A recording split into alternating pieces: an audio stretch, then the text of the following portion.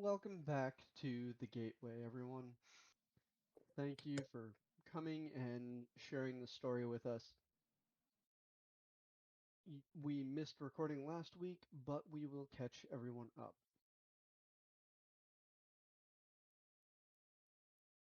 Fenris, our local note taker, can you please give everybody a basic breakdown? Not the Um, full notes, a basic breakdown. Yeah, the full notes will be here for an hour. yeah. Um, Basically, we went and decided to spend our time about a week or two, about 10-day period doing starting off with material gathering. So we picked a place, went and gathered some stuff, got spooked by what we found out to be natural gases, and basically we made our way back after getting some basic materials. We're all just sitting in revolvers now. That basic enough for you? Yeah, that's a Really? good breakdown. Obsidian as basic materials? It's not mithril and it's not adamantine. Yes, it's basic. It's a Still, natural. we still don't know what that gold liquid was, or that gold material that we found. Oh no, it's called uh fuck. It was He said it some was unknown to us. uh I think Tyler's character knows what it is, what it's called at least. I, I remember Oh, being told he does, but I can't for the life of me remember what it is. Titan's blood. Yeah, that. There you So, go. with that, we're going to leave reality behind now that we remember where we're at. We're going to delve into that darkness that separates the real from the imaginary, and we're going to slide into the gateway once again, past the patchwork sky, down into that marble hall with those four doors that glow and rotate, with the entry that goes out into the streets, and with Revolver and our party standing still talking over the bits and bobs that they have pulled out of their packs to talk things over. I leave it to my players to engage. Uh, were we going to Smith and Wessons now? That was one of our next stops. We need to find a place that can identify jewels. Surely Smith and Wesson can do that too. I mean, each person has their own specialty. Who can't, they'll know who can. Identifying isn't their specialty, but if it's something they work with long enough, they get an eye for it. So if it's something that they're used to, they'll know it by sight or touch, maybe by taste. Well, then let's head that way. All right, head to Smith and Wessons. You leave behind the silent hall of revolvers, enter the streets and the cacophony that is the gateway. I feel like You at this point, anytime we go to revolvers, Baron's like somewhat skipping.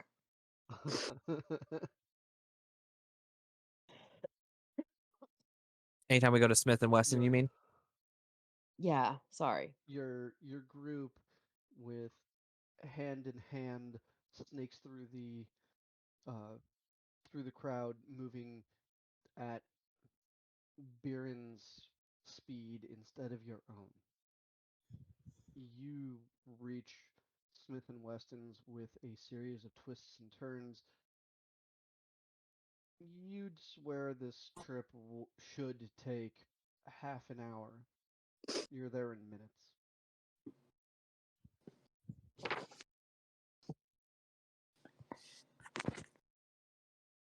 And once again, you leave behind the sounds and the vibrant tapestry of living street behind you as you step into that familiar space, that familiar ever changing space. The split floor, the forge and all of its bits still a fixture amongst the moving piles of leather and metal. The several tables that are on Smith's side, just laden with a bunch of different runes and working materials. And then just piles and racks of raw or worked materials. Well, materials is wrong. Raw or worked final materials. Sets of armor, robes, shields, weapons, and in cases and on racks, more finished things, magically entwined. Ari is just looking around, and he just absent-mindedly goes, "Will the wonders never cease?" Mr. Smith, Mr. Smith. He sounds like an excited schoolboy. Basically, Kinda, is. yeah. Yep. Why is my computer trying to go the wrong way? You see this 8-foot furbog with a thin frame. The arms are still almost faded blonde, as the rest of his fur seems to be closer to a dark amber. There are 7 piercings in his right ear, and many things on his left hand. Many rings. A pair of brass goggles still resting on his brow, and an apron of tanned leather masks the lack of shirt, and a pair of brightly colored fancy breeches. Fancy britches. How can I help? You'll never guess what I did. I fired a Draxon out of the bow.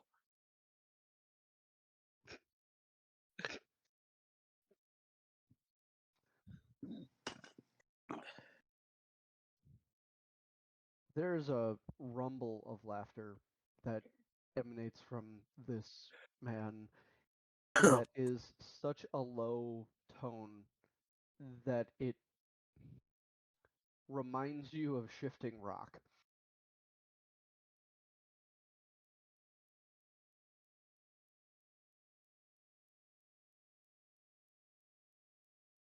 And at the Ah. Drider of all things. It was crazy. He went flying through the air. Shot me twice. Oh, that's right. It was twice. Mm-hmm. Quite enjoyable. Your lot is refreshingly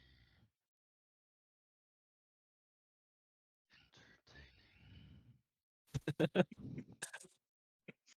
Ah. How goes the stuff today?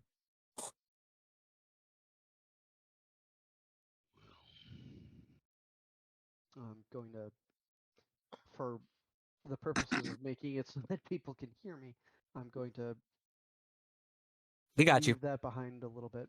I was gonna say that voice has to hurt. No, it doesn't hurt. It's just it doesn't pick up and register on digital media well. True. So, he,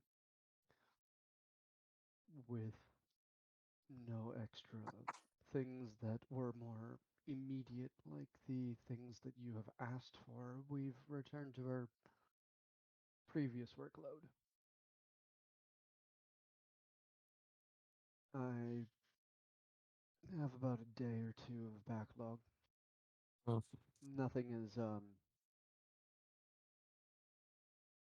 directly necessary as the things that you've asked for.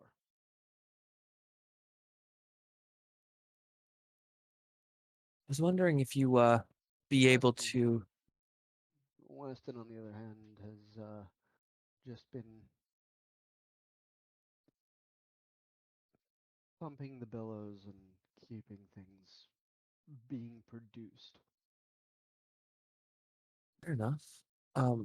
We came across some things, and I was wondering if you wouldn't mind, if you would be able to help us taking a look at them, seeing if you guys have worked with them in the past before, know what they might be, or can point us in a direction of someone who might be able to help us with that.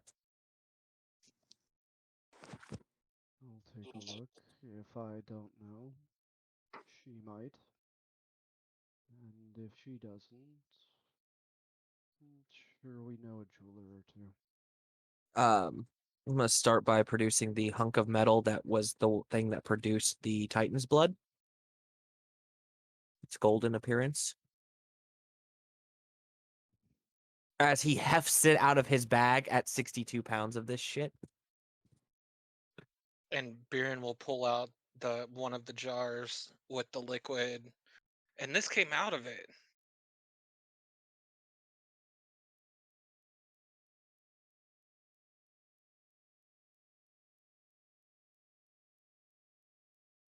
That he takes a he pulls down the goggles and pulls a couple of lenses in front.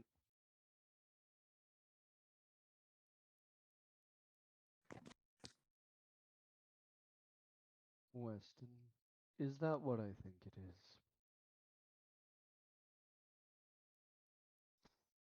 Weston, the bugbear is walks from the other side of a pile where she was working the billow.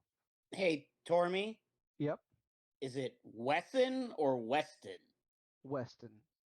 Oh, okay. Okay, sorry. Yep, you're good. In her black apron and her yellow sundress, she saunters over and takes a very quick lick of the metal.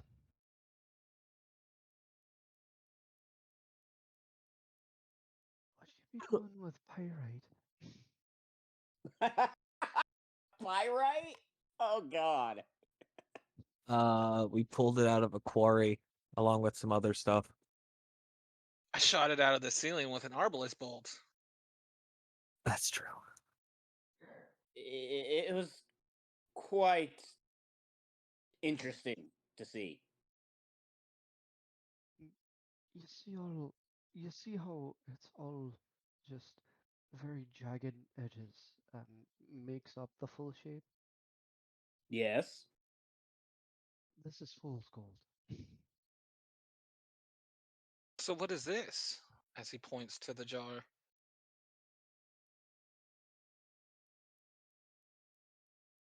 She kind of cocks her head to the side, and Smith looks at it.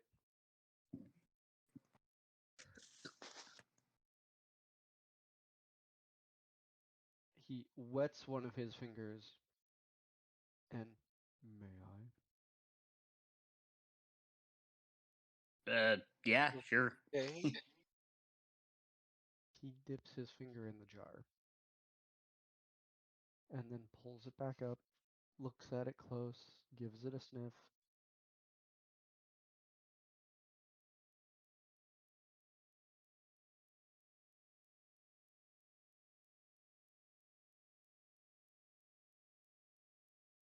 This has a few names, but one of the ones that is most colorful is Titan's blood.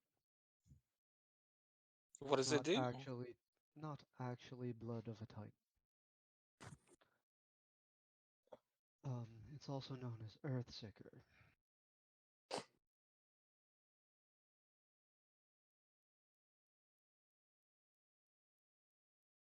This is something that can be useful. It can. It's probably more useful to somebody who brews or does chemistry. Hmm. Maybe even, well, I'm sure they could use it up on the highway. Anyway, Tulliver might be able to use it as well. Mm. Well, wait, what's the That's- highway? Any idea what it's useful for? It's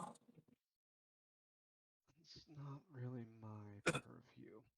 I'm more useful for enchanting. It's okay. We know. She is more useful for the physical constructions. Baron will go ahead and take the jar, seal it back up, and put it away. I'll put the full. After Biren goes, that's all right. We know. Ari just kind of goes, you know, I've never They been don't. here. That's what he's saying. They don't know. I get that. I'm just saying, I've never been here. I didn't know that. He just kind of chuckles. I'll put the We're collecting more friends, I see. yeah. Pulled this one out of the webbing of a drider. Oh, Your stories never get old. Gotta Ari keep just you entertained. immediately kind of goes, "Oh, forgive me. I am Arixim. Pleasure to meet you. Ari for short. We actually pulled all of that from my homeworld. We always thought it was useless, but apparently it's not." One man's Right. trash is another man's treasure. You'd be surprised the things that you can make use of around here. Good to know. I mean, I think you go everything to the else. you go to the right kind of casters around here. You can probably even sell the right kind of air from the right kind of place. Wesson, you don't happen to be you wouldn't happen to be able to make use of the fool's gold, could you?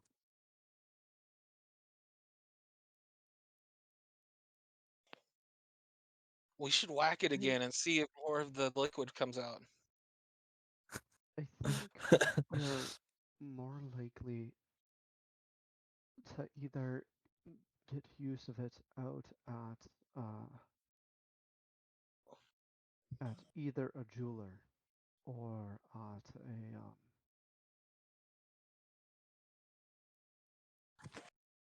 one of those funny shops, ones Okay. that make toys and the like. Trinkets. Fair enough. Not really useful trinkets, the ones that are just for entertainment. Draxon looks to Biren after he makes the whack it comment. Pretty sure you whack anything enough times and fluid comes out. Oh God, Wow.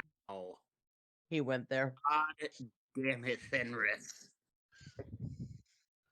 Every week never fails now.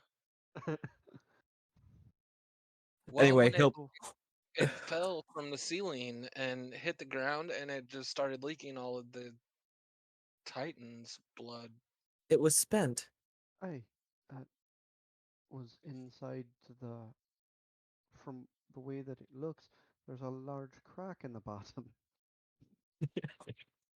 It was inside. You don't think there could be another pocket of it in it?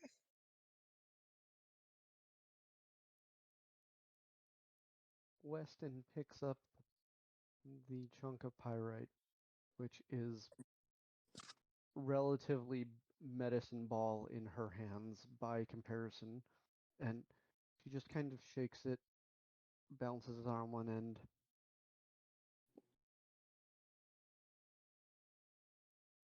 I don't think so, but that's assuming that there's any air in the pocket with the rest of the liquid. I can figure that out later. I'm sure. I mean, you can always get more jars. Mm-hmm. Oh, I Um, do need to pick up more jars.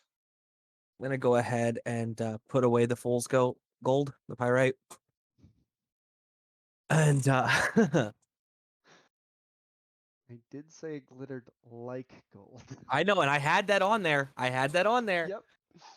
Um, I'm then going to pull out the um clear universal stone that you gave me, or you told me I found.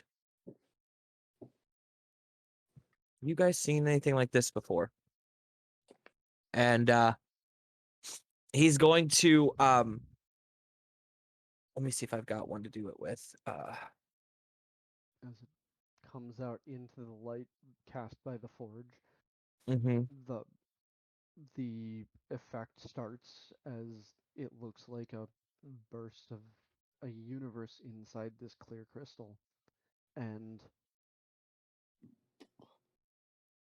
Weston's just kind of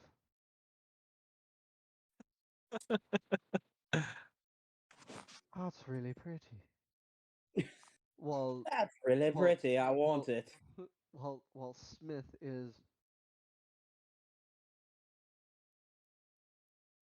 and you see him put a take out and put on a few more lenses to look at this thing.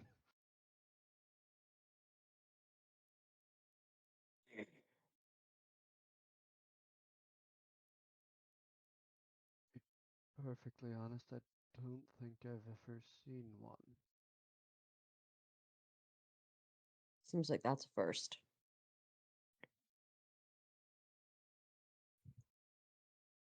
I mean, we're not always everybody's first stop. You lot like us, but we're not the only game in town. And Of us really well, like you. well, that's a gem, that's a jewel. Jewelers are more often sought with that type of thing.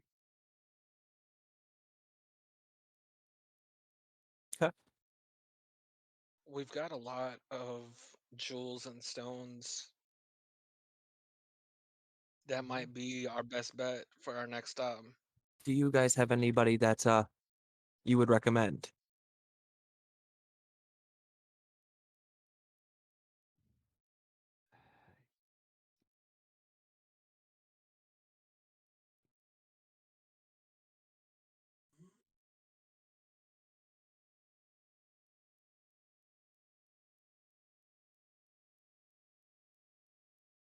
There's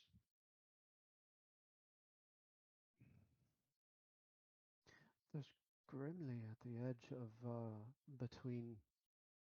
He's on the corner, just between where the split is between the generally magic half and the generally uh Mundane. not mundane half of our street. Okay, we can definitely go take them to them. But Your street Look, is divided into halves? It's segregated? for Interesting. for ease of practice, ours is one of several this far or this close to the separation, where some of our wares are non-magical, but because so many of our things are magical, we set up shop on this side. I see. And you see, as you're explaining this, you see Ari. Excuse me. You see Ari pull out like a little notepad, and he just starts scribbling in it, taking notes. Weston gives Adraxan a little nudge with her very long arm. You haven't shown him around much, and you haven't shown him the maps, have you? Oh, not yet.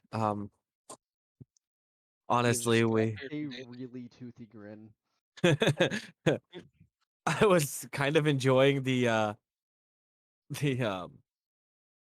sheer wonder on his face. I didn't want to throw the confusing part at him just yet. As this conversation's going on, Ari's not listening to a word any of you are saying. He's still just scribbling furiously in his notepad. That's okay. You should be. I'm going to put away the clear stone real quick. She looks at you and goes, "You've been here a week, and you're getting to feel what the rest of us felt when you lot stumbled in." Every time, it's fantastic.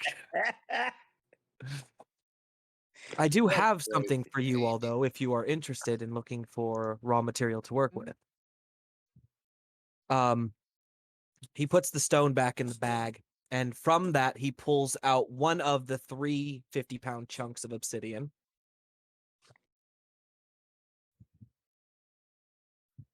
At her comment about when we first got here, Baron starts crying silently. Oh, Oh, no. man. And I will also produce the 7-pound chunk of iron. I can always use iron, and well, she that smooth tone that she uses, it sounds like wine poured over silk as she laughs. And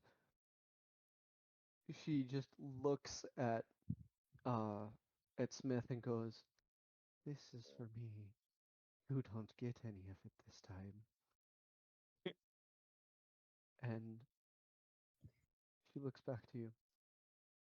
"I can put great use to the obsidian."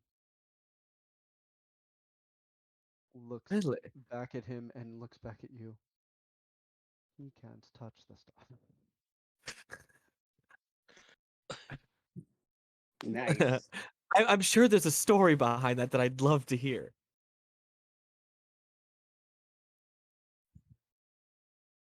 A couple of years back, he developed a bit of an allergy, we'll say. Oh. How does one become allergic to obsidian? That's what I want to know.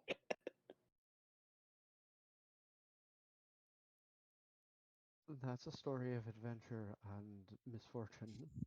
And I'd say if you wanted, do you want to give them a show? Weston looks and smiles and giggles in that silken voice, and Smith sighs and kind of sulks a little bit. Oh, D&D, how I love thee. The only game where I could see a Firbolg sulk. And that's a show that needs admittance because it's painful. Baron pulls out a sausage and lays it on the counter in front of him. And now it's a price I'm willing to pay. Down to 9.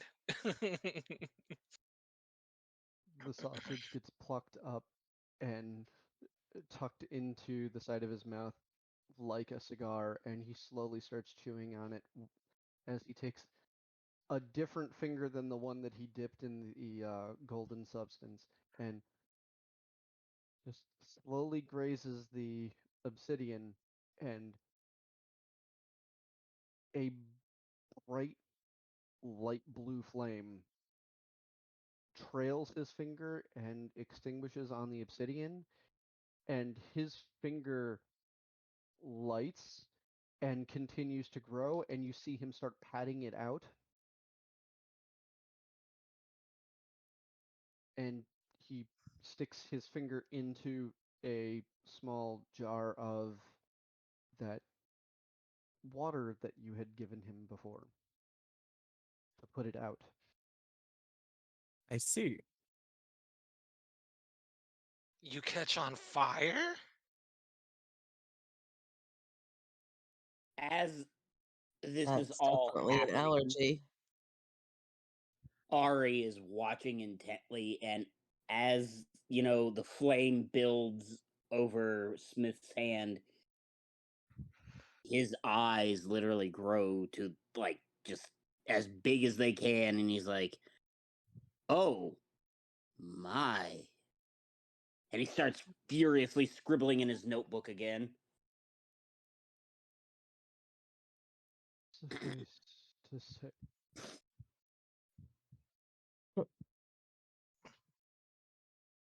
verses from the divine are not a trifle.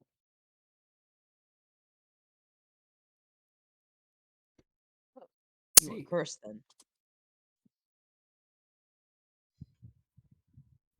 Suddenly, a voice just As booms out.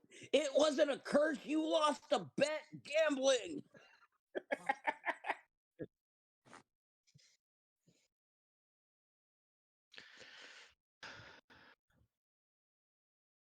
Oh, that's interesting. So Weston wants the obsidian. I have if you can really make decent use of this stuff, you guys are by far one of our favorites around here. I've got 2 more chunks of that same size. Ari immediately looks to you and says, "And how big were they again?" About 50 pounds. pounds apiece. Oh my. So, effectively, roughly the size of your elephantine head. I bet. Um, Ari just goes, "Oh my." You were standing there with us when he did it. I am aware of that. It didn't register just how big they were.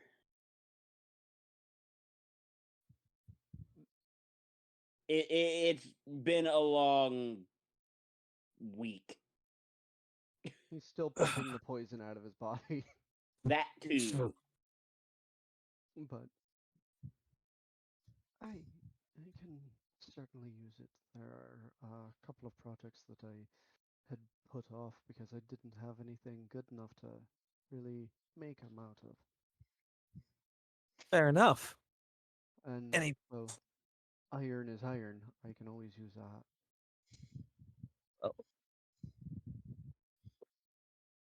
I have no qualms with aiding you as you have aided us. It always comes back in turn. So, are So you looking for a trade now, or are you looking for a favor or credit? I think I'll go with the credit for now. I've been trying to think of ways to potentially enhance the beauty that you've already bestowed upon me, but haven't. You can give that some thought. Come up with maybe I don't know, ideas. We'll see where we can go with that. But for now, these 3 chunks are yours to play with.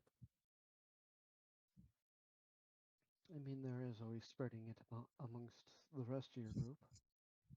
If any of the others have any equipment needs.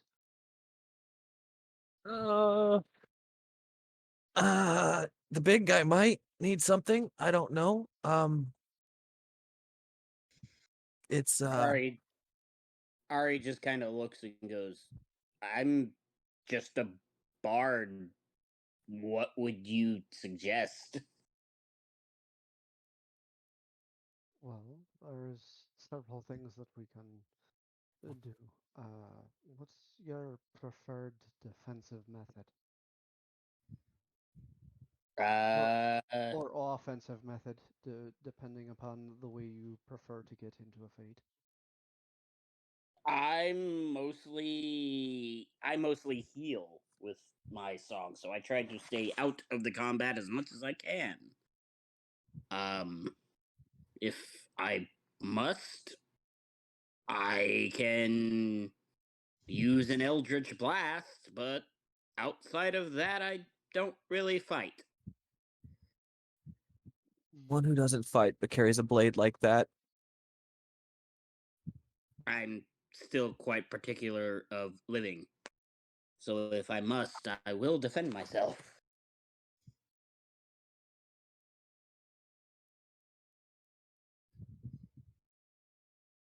I'm a bladed loot. Smith, do you have anything in mind? Because I've got a couple of ideas. And Smith gives you a good look up and down. Mind you, he's And a head taller than I am. takes a stand from his seat and one moment. He walks off to the back and you hear that rumbling voice call back out to the front. Do you think the one that splits or the one that telescopes?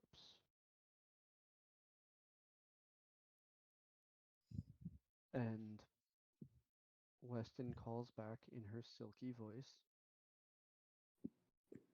I think the one that splits is probably the best for him.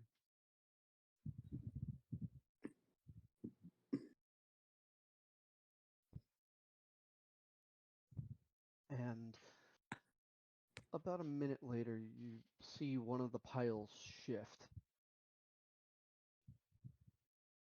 And for the purposes of somebody newer to the shop, when I say pile, I mean it's about 4 feet wide and it is 6 to 8 feet tall in this space, and it just shifts. Okay.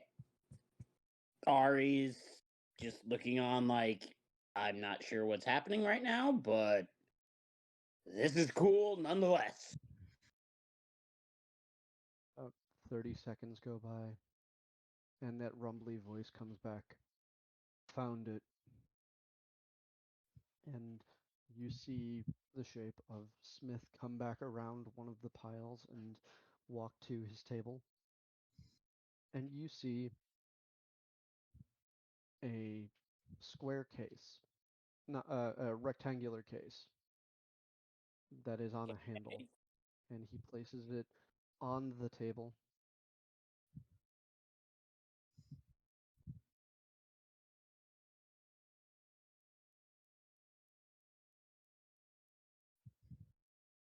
Engineered by her.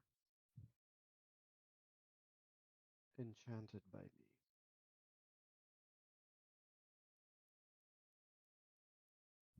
This will take you a little bit of time to understand how to use. All right. But if you're with this lot, I'm sure you'll find your way, and you'll get good use of it. And he pops a pair of locks on the case and opens it. And inside is a violin that has hinges and uh, a violin bow that has a crested blade on the back.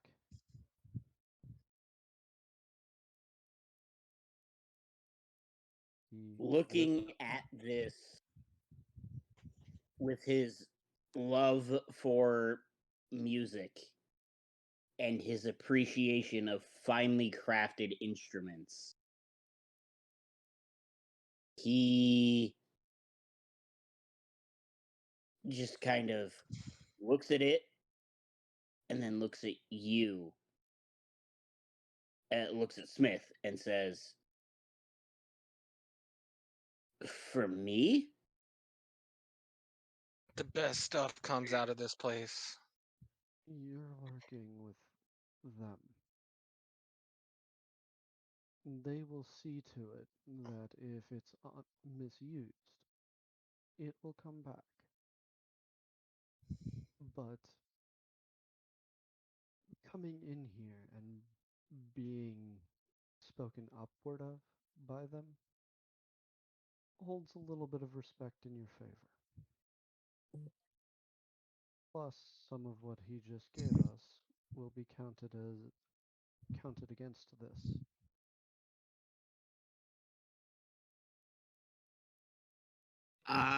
Give me a second, guys. I have to call work. I will be right back.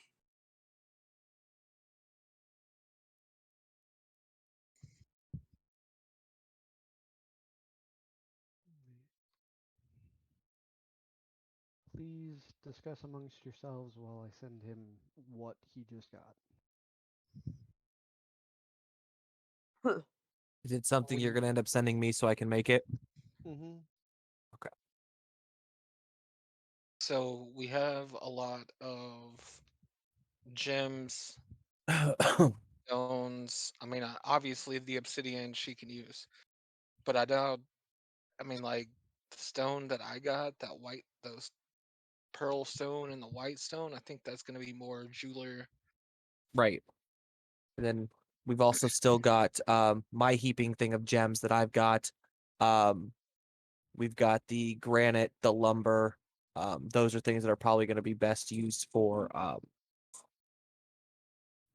a mason of some sort, some sort of crafter. Carpenter. We've also If got the we- shale too. But Bundo can use that stuff. With his internal foundry, he can probably produce some things. Lumber is probably one of the things he can use to produce those bolts that you're looking for. He's already got those. Right, but it will be something that we could trade for. Yes. Hey, is back. They just needed to know about priors for the night. Spoil out evening. Anyways, where were we? You're discussing amongst yourselves while I construct and send this to you and Fenris. Oh, okay. Thinners will build it in D&D Beyond for you. Right. Yeah, I figured that. Also, the lady at the Fletcher said if we brought her a tree, she could make those bolts for me.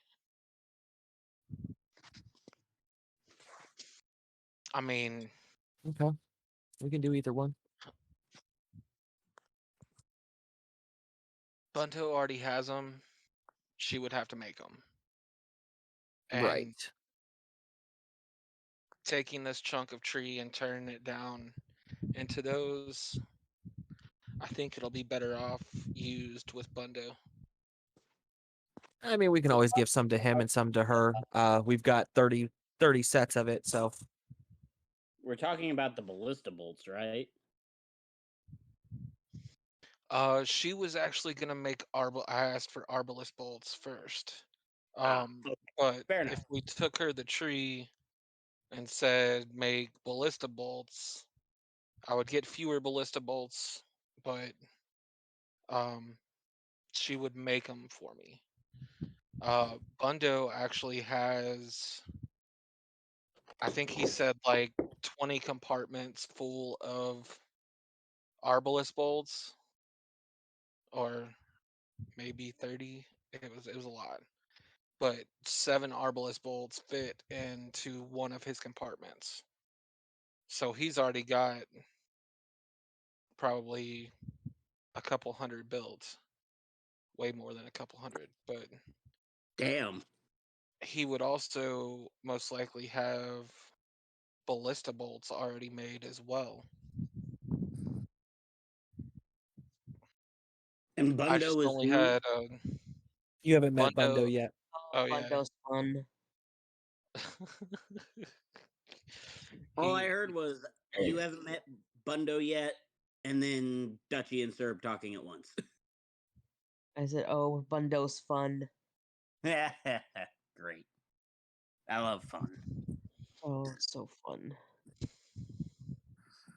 especially it's really funny when he starts glitching out. Mm. So Mhm. he's a cyborg You'll see. or a robot? Oh You'll no. see. By the way, I'd like to point out I actually get to start using my official Dungeons and Dragons notebook. That makes Ones me I got you. Do I? The one I got you. No. This is the one Oh. I sent a picture of that I picked up at Spirit of Halloween. Gotcha. It literally says Dungeons and Dragons on the cover and has D20s on all of the pages.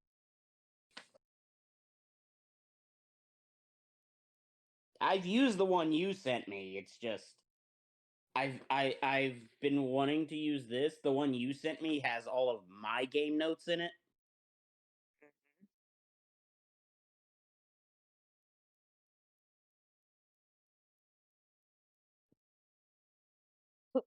Oh.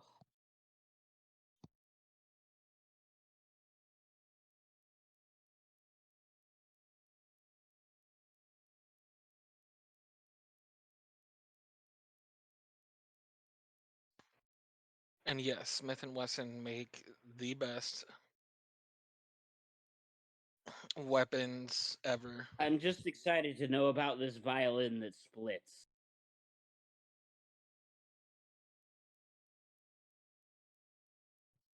Barbarian who wields vacuum cleaners. Huh? The TikTok thing.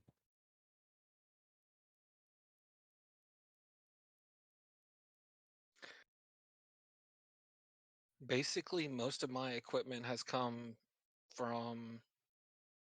No, I take that back. Never mind. I was gonna say most of my equipment comes from Smith and Wesson, but then I remembered some of it also came from my vial of what once was, Mm-hmm. which we need to sleep so Which that the can liquid came recharge. from Silver. Yeah.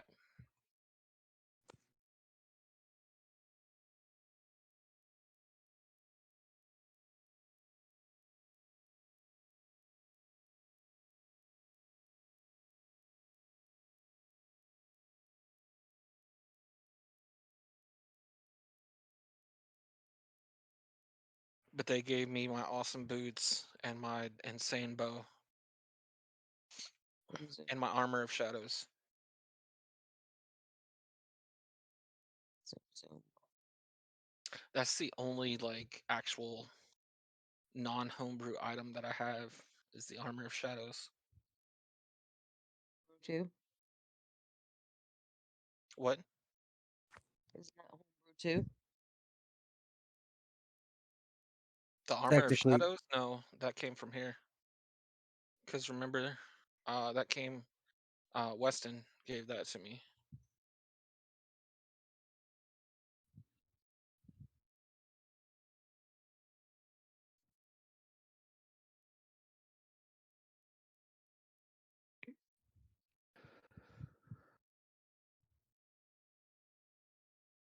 Oh wait.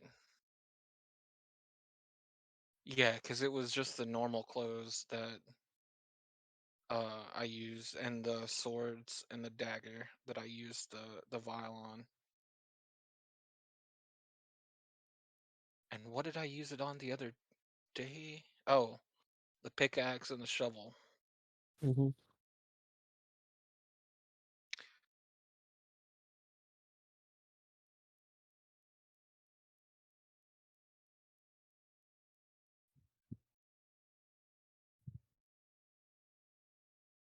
Although I think the arbalest bolt did a better job than the pickaxe.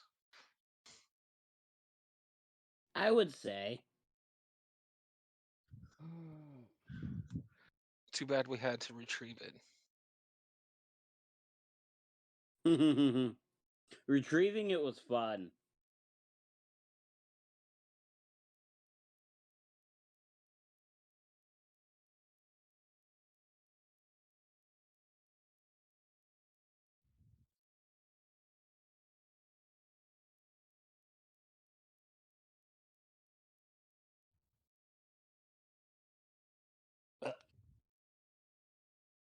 Well, Tormy is doing his thing. I will be right back.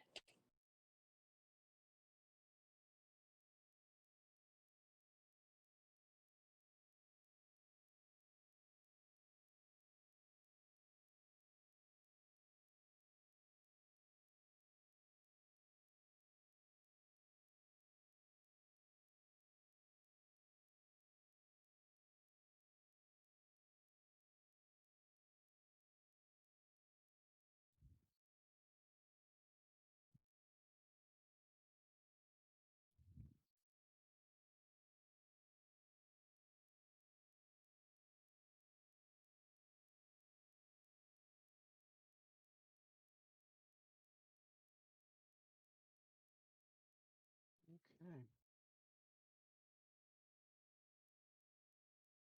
Sent it to both of you. Sorry that took so long.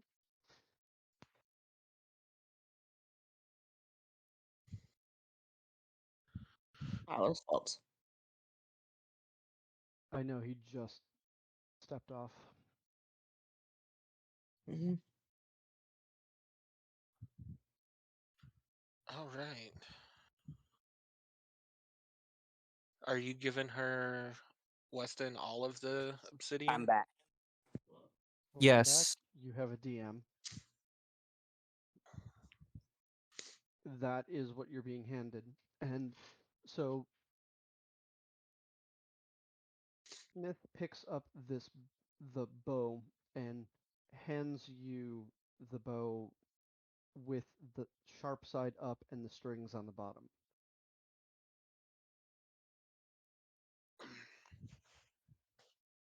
Don't forget to say thank you. Okay.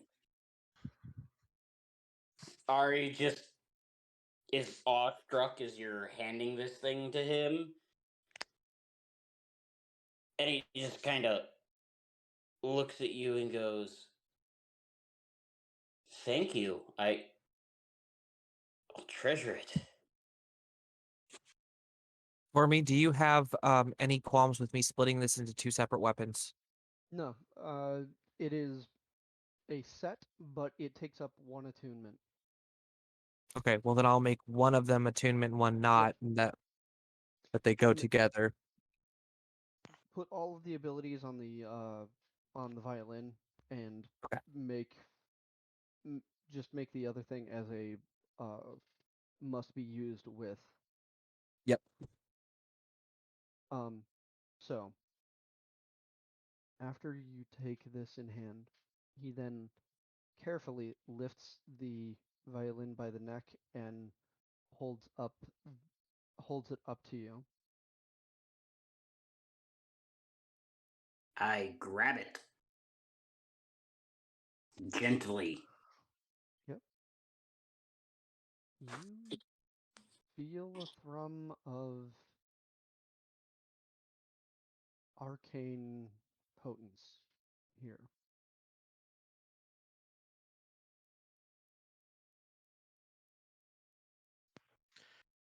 And I'm hearing that cello solo from the first episode of Wednesday when she's on the roof.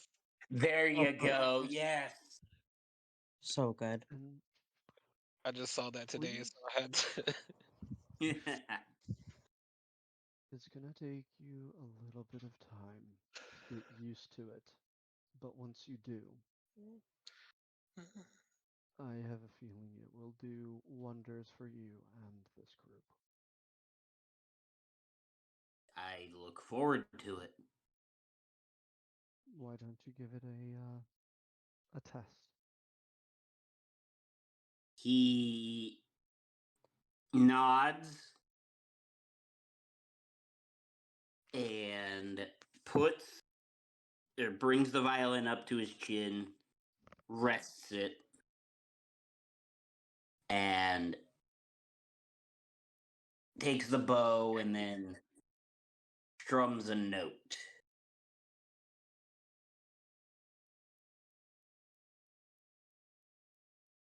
You draw the bow across the strings and you get 3 sharp notes. He A C, and an E, all sharp. ooh, all at once? Oof. It's your first pull. Right. Um I'm then gonna roll performance for a 15. And I'm gonna wince a little bit before going up to the tuning pegs and tightening the strings just slightly. Mm-hmm. And I'm gonna draw the bow again as I get attacked by a cat. Go ahead and give me that roll one more time. One more time. Gotcha. Oh, this time it's a 25. You pull across, and it is just about that perfect pitch. The note rings in the air, and you find yourself drifting into a melody.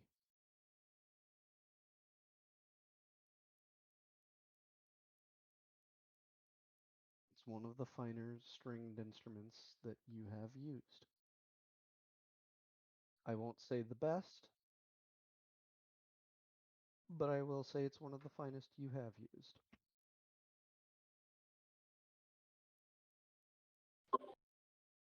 At the sound, you see Ari's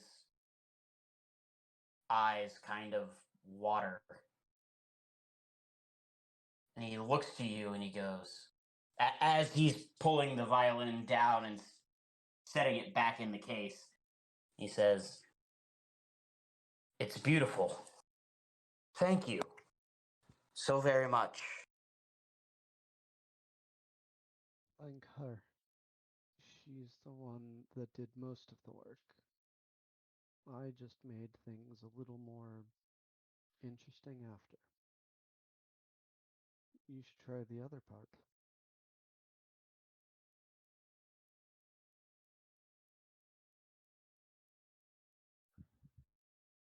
Oh, there was one last thing that I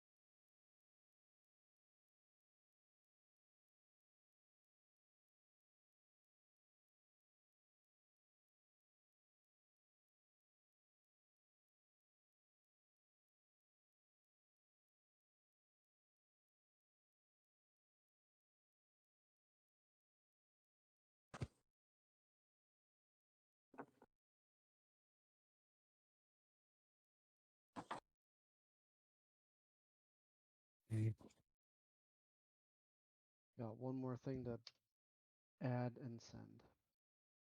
Gotcha.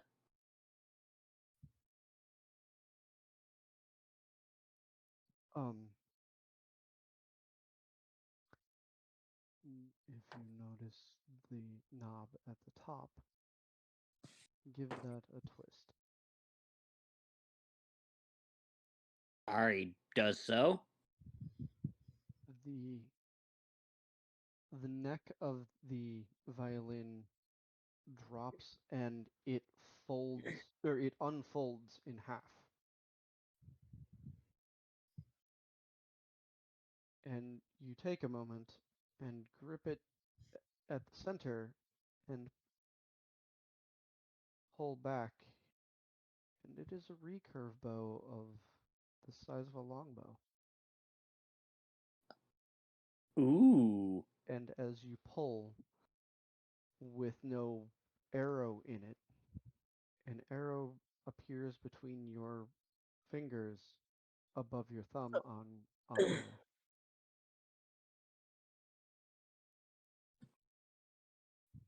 Ooh, Without you got a bow too? without loosing it, I just kind of Ari just kind of eases the tension on the string to see if the arrow disappears. As you let the tension completely break and it is just its straight form, the arrow does dissipate.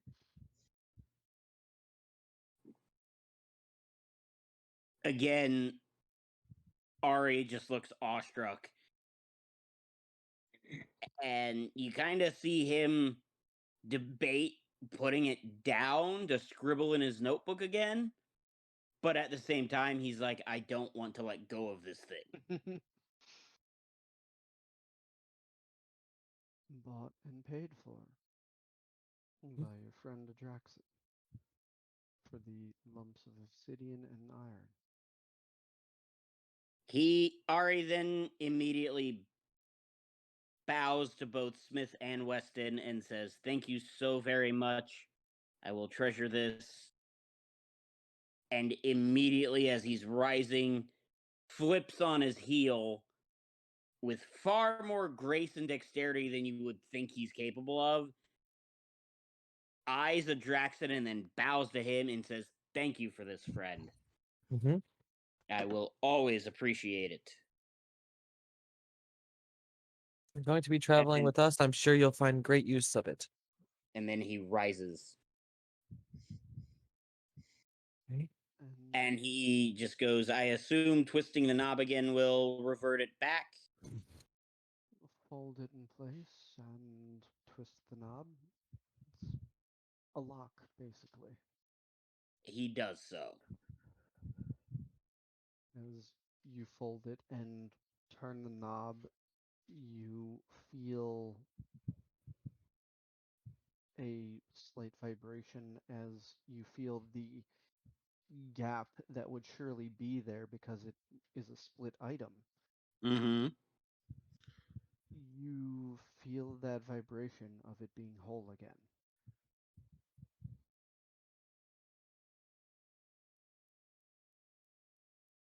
And he just eyes it with wonder. Between her ingenuity and my mastery of enchantment, this is a piece that this was a passion piece between us that we had no buyer for. And most that are musically inclined skip our shop. Well, I'm glad this group found me because I'm sure I would have as well if not for them. And he turns and looks at the group and he says, Thank you, friends. It's been a Does that wonderful couple of days in your company. I've You've been learned here so for much. the morning. You just got here this morning.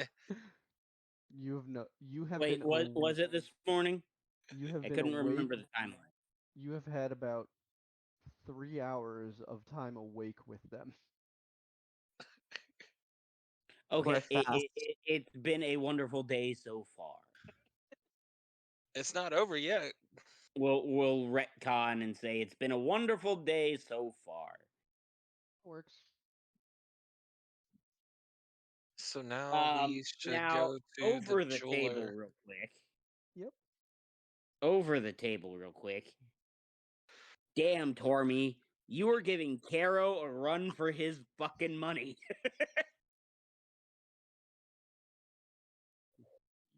You came with a ridiculous amount of obsidian and gave it to one of the premier weapon crafters. You're gonna get something nice if you ask, and well, you were the one. You were the green new face that they hadn't had a chance to equip yet. Right.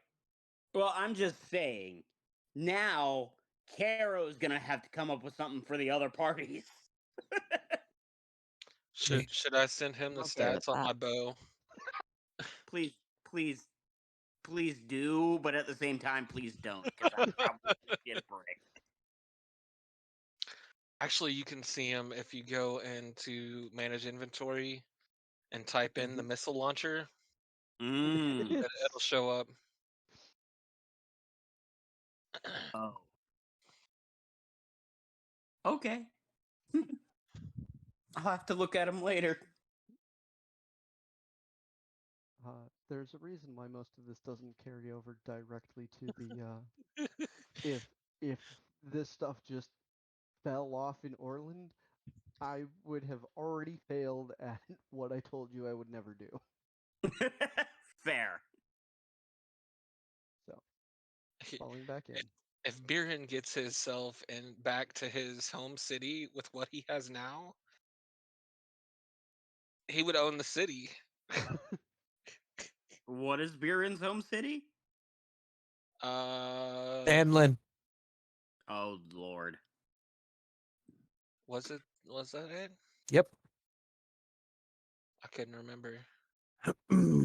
Yeah. From a street kid to running the town. In a Just week. Do you really think it would take him a week? No, you've been away a week. Yeah. Oh, yeah. Just I didn't time even run think about differently in the that. gateway. Does time run differently in the gateway? Yeah. Oh, okay. Time kind of is unrelegated because it connects to so many places that time doesn't sync up. Fair. So lore things to find out. I'm not spoiling it. Nah, you're good, buddy. All right, let's keep going. I'm excited.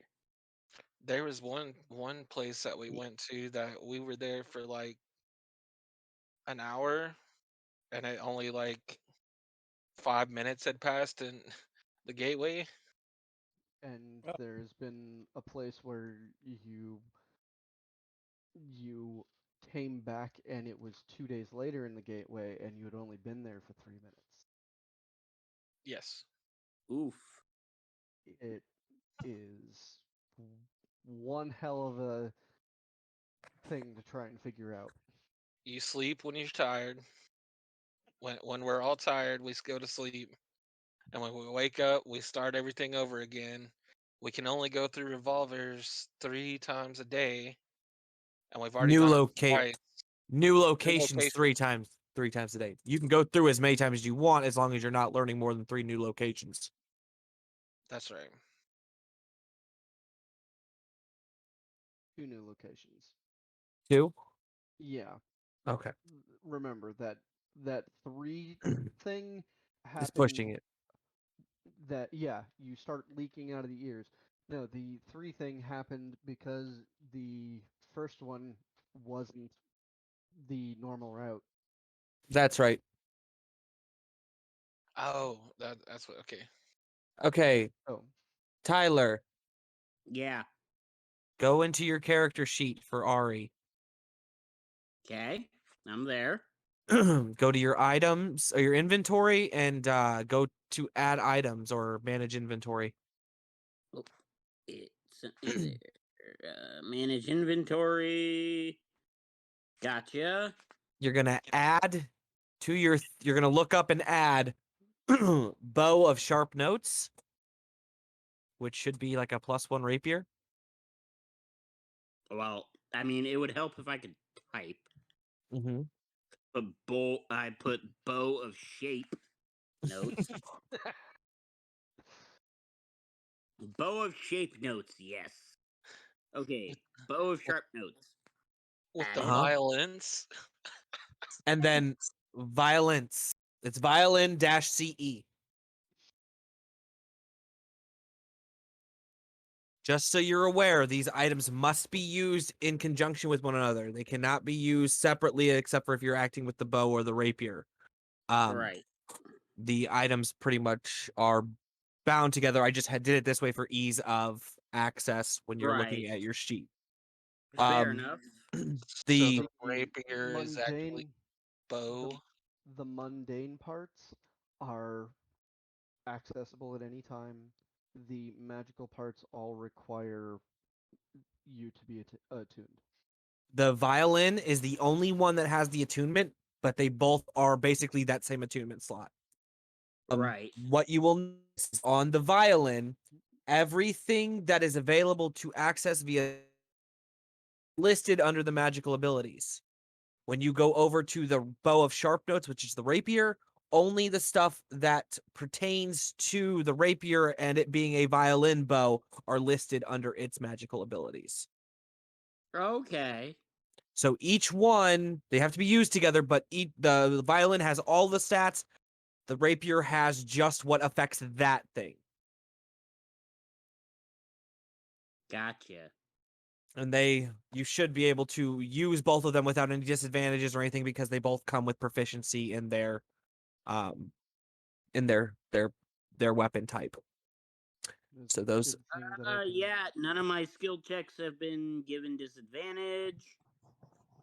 And neither have. Nope, those are spells. Go away. you should notice your proficiency bonus added onto your dex or strength, whichever is higher, Boop. under actions. I do not see it added. Oh, you said under actions. Gotcha. Yes. Then yes, it was added. Yeah. Perfect. Okay. Sorry about that, Tormy. You're good. Thank you for explaining. I appreciate it. Not a problem. So you fold the case and it is yours. After their exchange is done, Adraxon will look to Weston and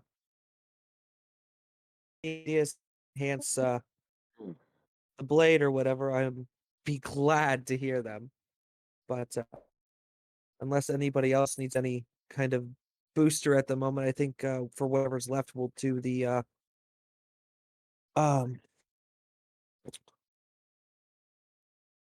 Credit. yeah, the credit. You see, I will never say no to something that makes me faster. But I don't really need anything. Aren't all your attunement slots taken up?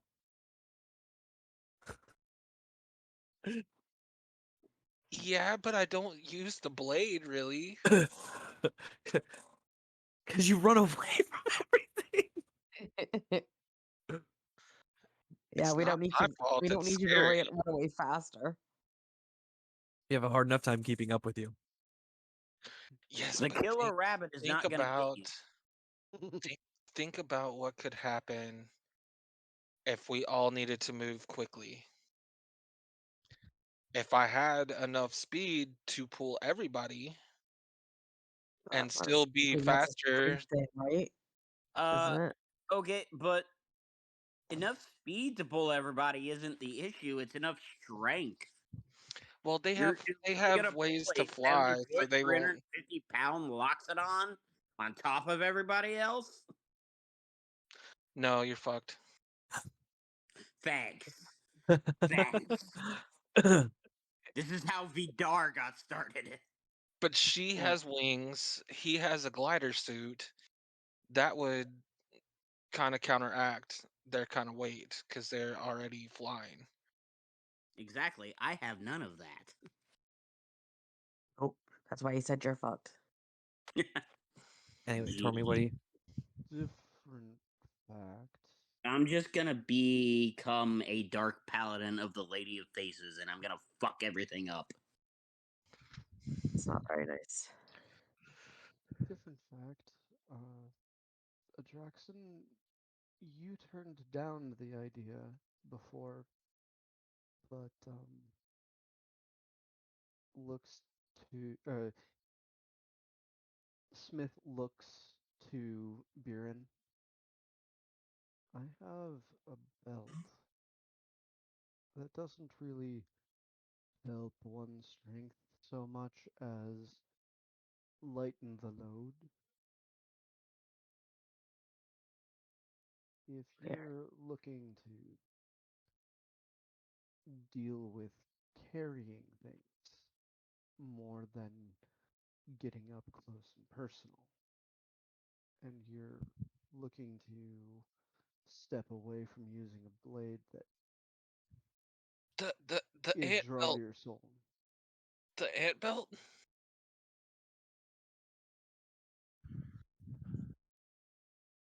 Biren looks at Adraxon. What do you think? I Okay, think so you need to clarify something, Serb. Biren looks at a Draxon with the please daddy eyes.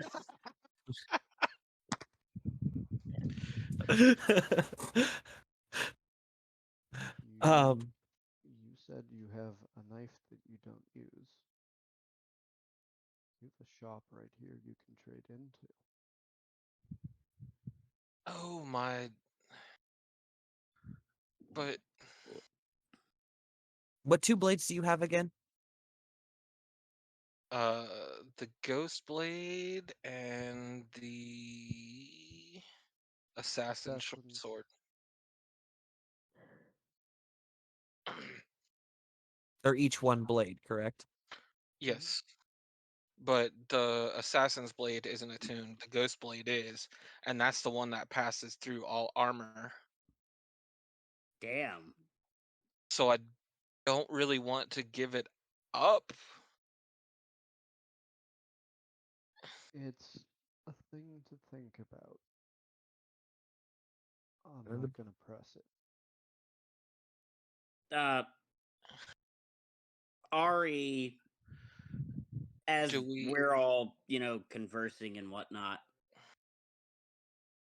pulls the shield off of his back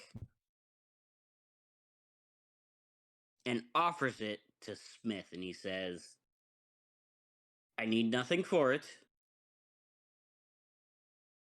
I don't know if you have a use for it, but melt it down, use the metal for whatever. It's mainly iron. But think of it as a thank you from me. Because Ari still has not grasped the whole concept of trade. Somebody else buying a thing, and yeah. Yeah, he still has not grasped that concept because with where he's from, it's always been, money or labor. So he's just like, I have no need of it. Here you go. Do what ye will.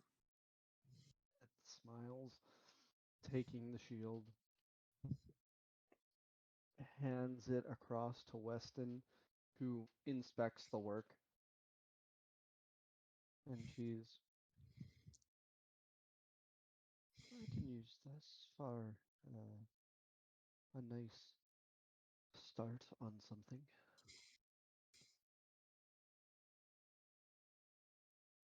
Johnny actually needs a couple of things. What was that, One, Dutchy? Deshani actually needs something. Ah, What are you looking for? She's gonna put down the crossbow that she has and the bolts and just say, I'd like to upgrade the crossbow. I'd like to have something with some magical properties that maybe creates its own ammunition so I don't have to carry. you're going for an elemental crossbow, aren't you? I don't just a magical crossbow with the ability to create its own bolts. Just in case I can't use my magic. I still have options.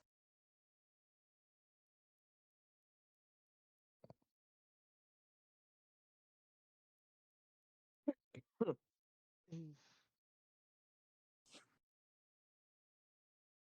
I've got something that might do the trick.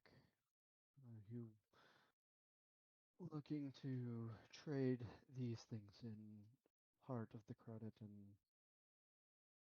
If I could, that'd be great. and are you looking for that belt of Ant Hall? Yeah.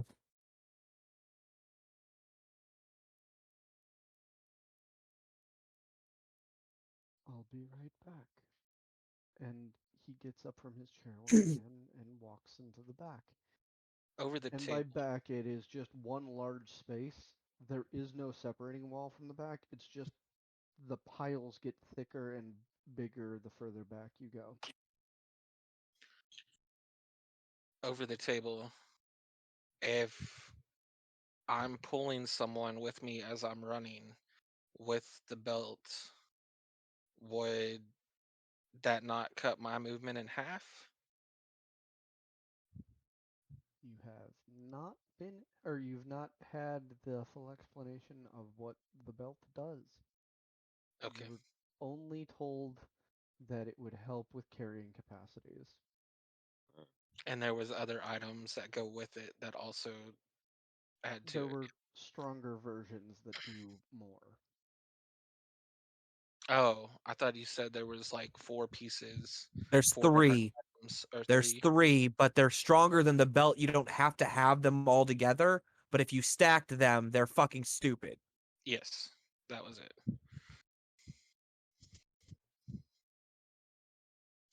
He likes Baron fucking giving stupid. everybody a Baron giving everybody a piggyback ride, just running full speed.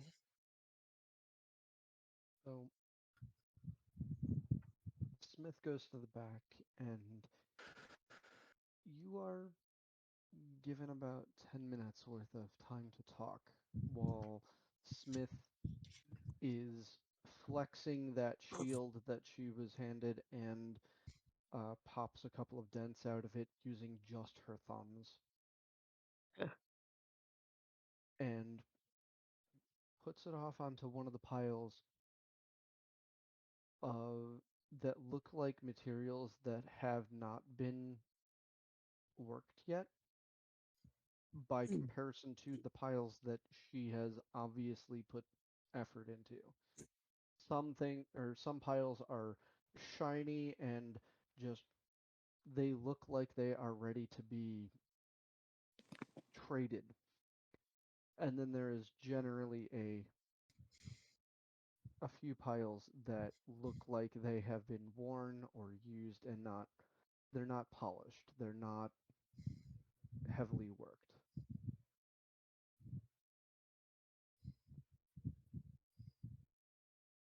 You have a few minutes to go about talking if you would like while he is hunting around in the back. I have a question for you, Tormy. Mhm. Over the table. Yep. Are we using the house rule that Tyler and them usually use with the base strength stat for wielding weapons of any type?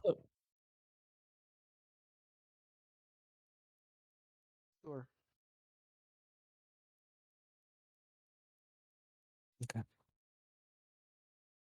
So you're essentially looking to one hand a greatsword?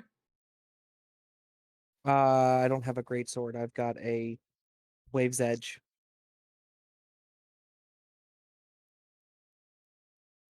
Okay. With a It's 20 special. base strength. So you just want to one hand it. Gotcha. He's special. 10 minutes passes by of a little light talking, and Smith comes back after a few piles have been shifted.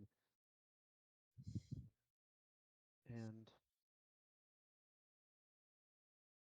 he has a belt in one hand and a strange contraption that looks like somebody had snapped the arms off of a crossbow. Real gun. He sits back down and puts the belt of Anthol on the table. That takes time to get used to, but it can make it so that you have the strength of someone many times larger than yourself for the purposes of carrying, pushing, pulling. Doesn't really carry over to, fighting. Fighting. What about if I was like trying to hold a ballista bolt up? Would it work then? Sounds like carrying to me. All right.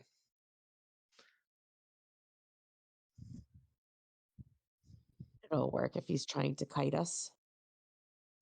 That would be pulling. Alrighty.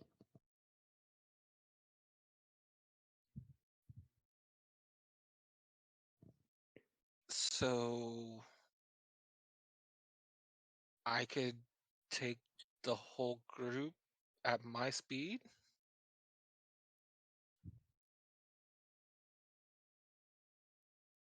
This is There gonna might be be fun. there might be a small detriment to it, but not as crazy as like half.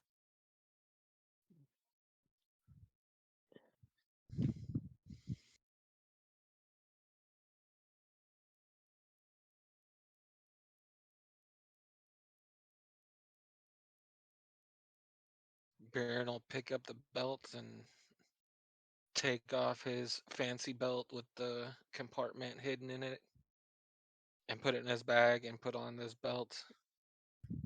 I don't feel any stronger.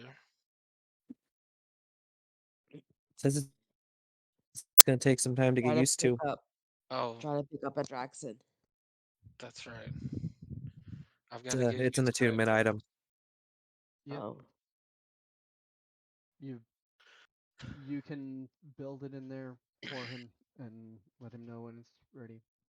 And the next thing, Yep. there is he puts this other thing down. Looks generally like a crossbow, except the bow part looks like it's been snapped into the sides, and there's still the recurve of the bar and a tiny string that's only about 3 inches side to side. But there are 3 tubes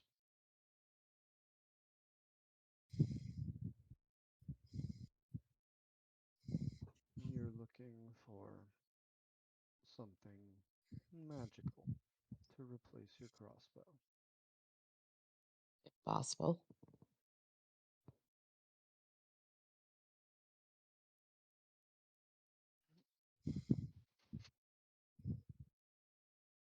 Come on, railgun. Come on, railgun.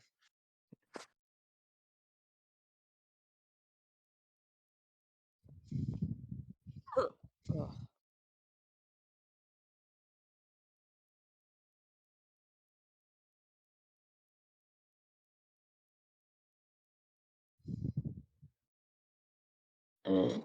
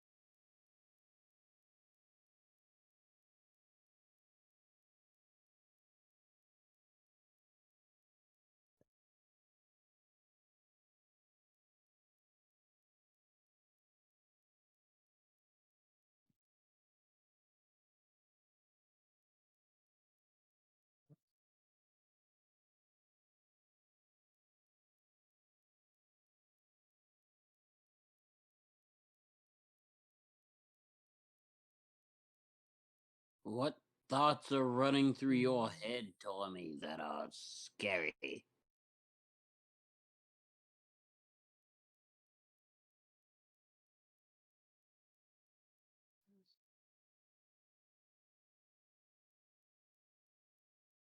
Anti-version of Build-A-Bear.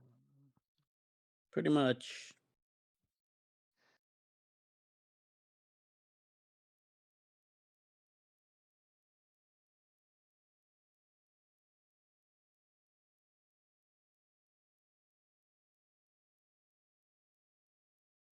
That worked. Fuck. That's ridiculous. What's Um, ridiculous? I just tested my tested the belt to make sure that it worked when you attuned to it, and Jesus fucking Christ. Oh god. My push, lift, and pull went from 600 pounds to 3,000. Jesus. God damn. Yeah. For those of you watching at home, that is ridiculous. Serby, go ahead and add the Belt of Ant Hall to your character. Okay. And what item are you taking off from the attunement slots to make room for that? My ghost blade. Do you mind if I use it? Oh, There you yeah. go. I mean, you really want to downgrade from your Wade's Hence the Edge? question why I asked about single-handing a weapon. Oh, Of course you did. God damn it. Oh wait, yeah. it's not my campaign. Ugh. Yeah. He'll give you the ghost blade. I'll remove that from my sheet. And it's yours. I mean, if you want it back at any point in time, just let me know. I just liked having that option, but because of the attunement, I would have to spend several hours attuning to it, Mm-hmm. and I just Hence why the first chance I get to take a feat, I'm taking the Blessing of Attunement feat. I Upgrade want from to. 3 to 6.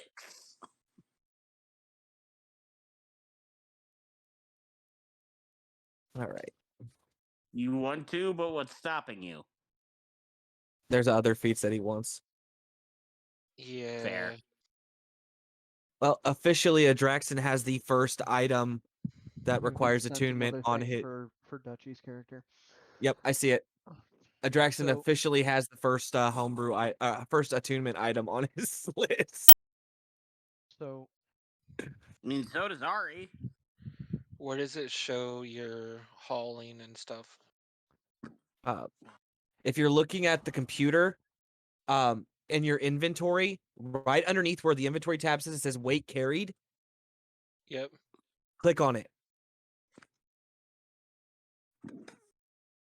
so and once you Johnny, attune, those items will go up. Or those values will go those up. numbers. Yep. Dashani, this Push, drag, odd-looking or bow. lift 2,250 pounds. Oh, you could carry Ari easily. Dashani, Yes. you're handed this item that looks like a bow or a hand crossbow, except it has 3 tubes where the normal shaft launcher goes for the crossbow, and instead of the cross on the crossbow going out, it goes back, and the 3 inches of bowstring reach back to a small lever, and you still have the same trigger. It's a hand crossbow. It's a hand it looks like a hand crossbow, coded as a heavy, please. Coded as a heavy. Got you. That's all I I needed don't to know know. if I can carry a heavy. It works as a light crossbow, so you can use it normally. Okay.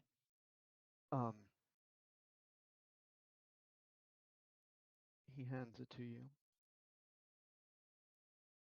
This does as you asked and a little more. It will take you a little time to understand and figure out exactly how it works for yourself. But considering your other general tasks, I think it will also be of grand use to you. By the way, can you bump that to 6 instead of 5? Charges, yes. Thank you. That way, if she wants to use the 3 charge thing, she has 2, or she can do it twice. Absolutely. Charges equal to your level. Nope. Nope. But I call this the holy hand, the holy holdout hand bow. I honestly thought you were about to say you called it the holy hand grenade, and I was like, okay, Monty Python. Nope. This is the Wanna play with holy that? holdout hand bow. I call it holy because it has a little bit of healing in it. But Excellent. when you get used to firing out of it, you can get a little trigger happy.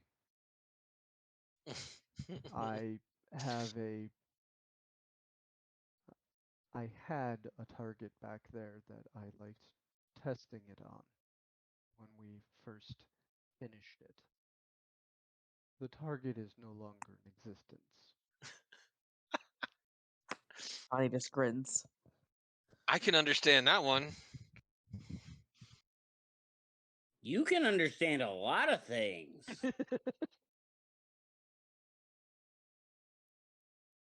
Excellent.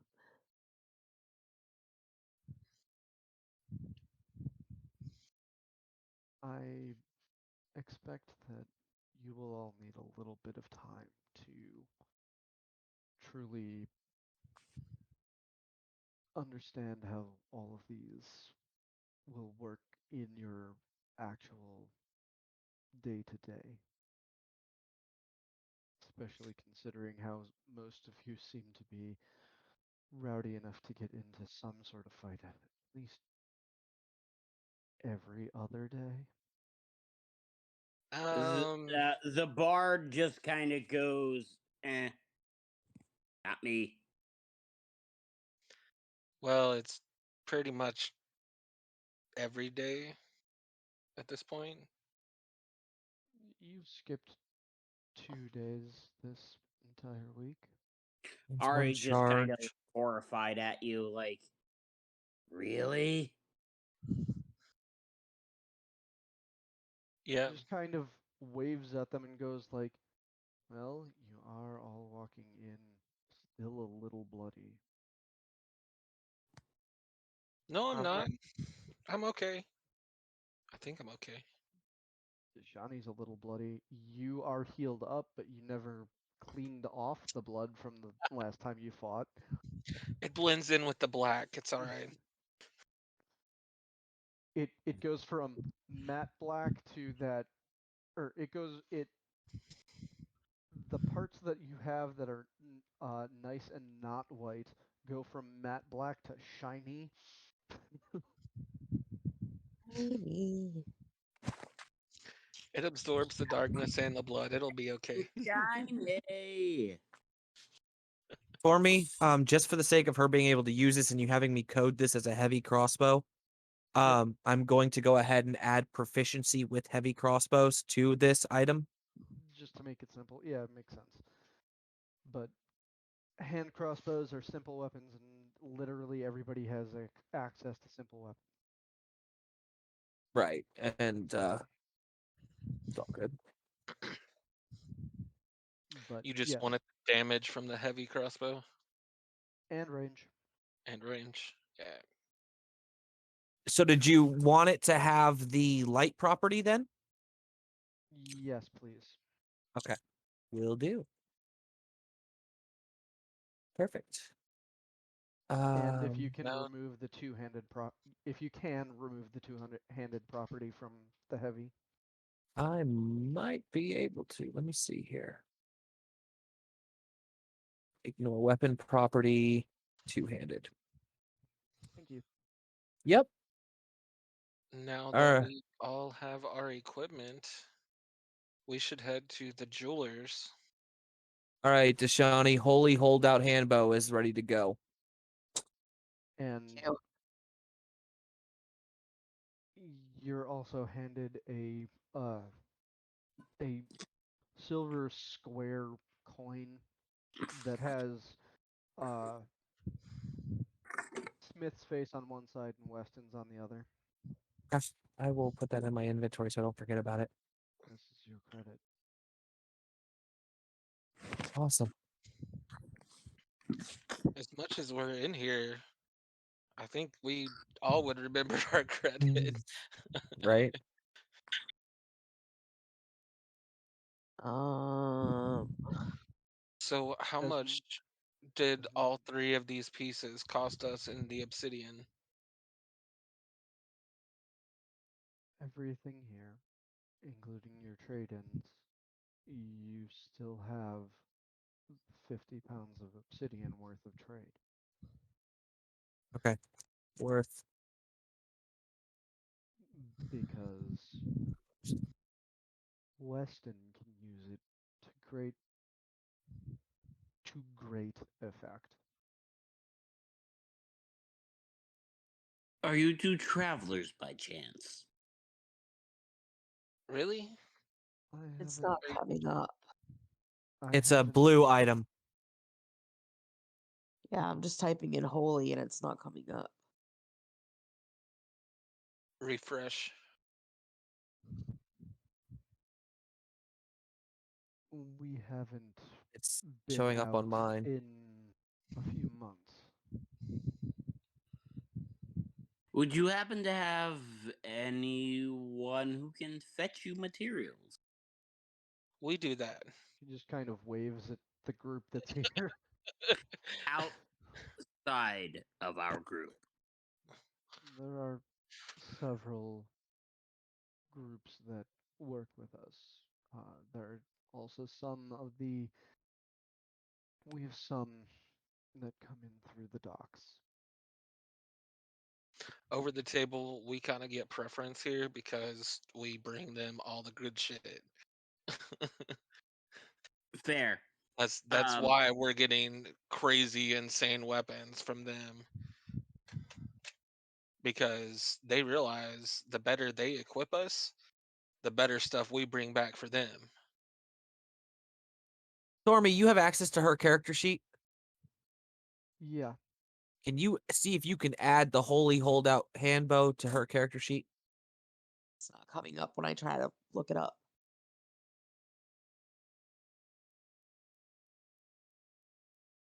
I noticed the app is behind on a lot of things. Which is weird because it wasn't for me. Refresh. I just added it. Thank you. Anyways, Ari just kind of looks at you and says, mayhaps, would you add an extra 10 pounds to that trade if I could give you the location of the quarry where we found all these materials? Hey. We're going back there.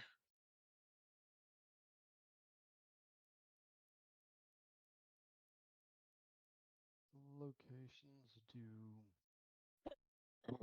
tend to bring about better business.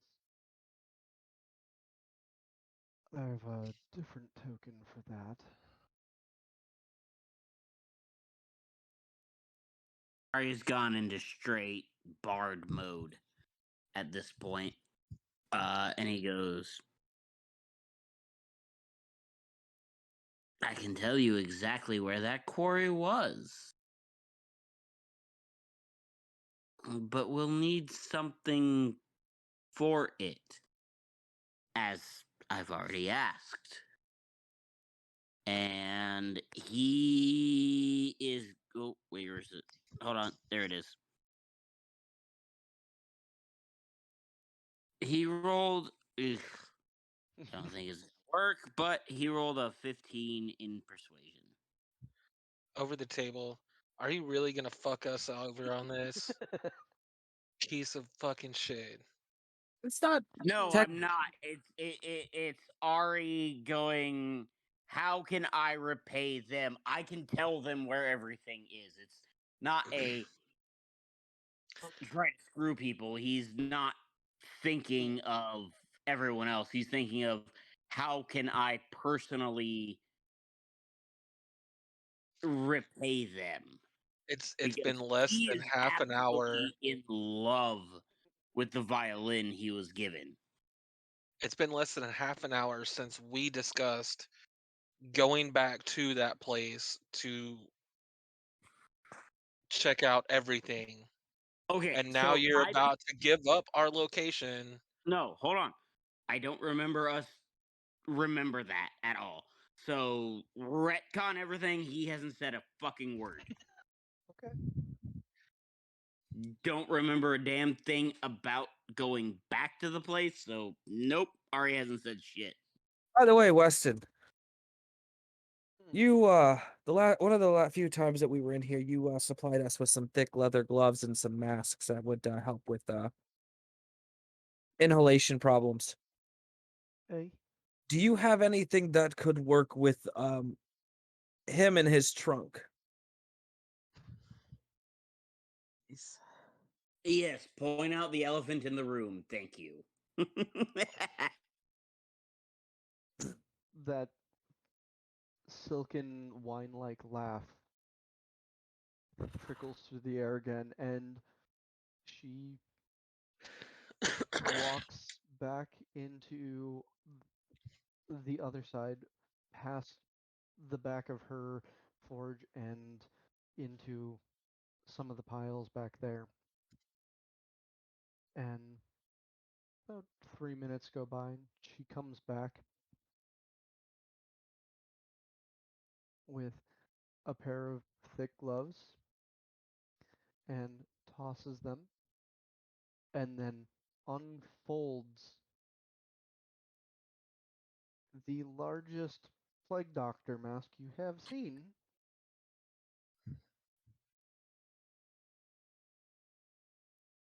You might have to, like, spin Roll it his up. trunk up a little bit, but this'll work. It looks like yours, but 3 times larger. I see. Awesome. Perfect.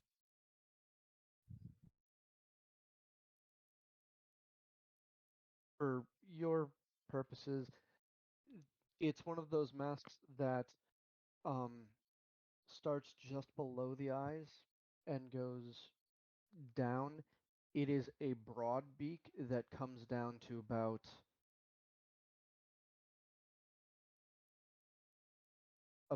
mid chest for you. Like it starts here and it ends here is where the beak is, and it's more triangular than pointed. Yeah. If we go back, when we go back, that will help you with the gases that we encountered the first time.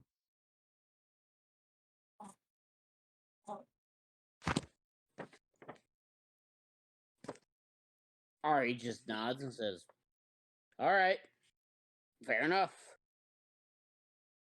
That's just standard leather. So keep it shiny, keep it safe, keep it unscratched, and it'll keep you fine.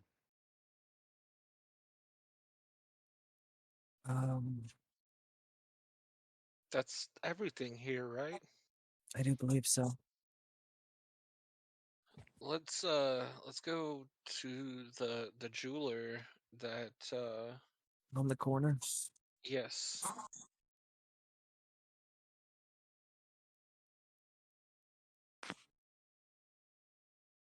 And he told me where it was at. Would I still get the bonus? Oh, the extra speed to get there? Yeah. You know the general location. It takes you maybe it doesn't even take you a minute. It takes you about 30 seconds to get into the street, down the road, and at the corner for you to be looking for the sign that says odds and ends. And the word odds is on an up slant. There is an ampersand, and there is the word ends on a down slant on this weird, mostly circular sign with a triangle cut out of the side that is not with those words. And now, is that all of us or just Beerin? He pulls Um, the group along. So Biren is an urchin. He was a street kid. so the And urchin background has a feature that says in cities you have the ability to move your group through at double the normal speed. Gotcha. you know the secret patterns and flow to the cities and can find the passageways through the urban sprawl that others would miss. And it And allows me to lead the whole group at even twice as though the fast speed as normal. even though the gateway does something similar already, I'm letting them stack because it's more interesting this way. Fair enough. Um, it takes your group 30 seconds to get from Smith and Wesson's shop of blood, sweat, and tears down to the corner and catch this sign. I'm not even going to have any of you do the perception roll because you were told where to look. And there's only 4 corners to this single intersection. So, It's not one of the crazy ones. yeah.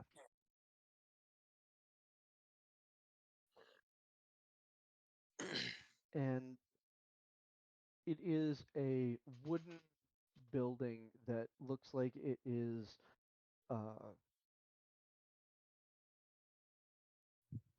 for lack of a better term, it looks like the base level of a saloon where there's a swinging door and there is a setback where there is a balcony over the entrance and a second floor.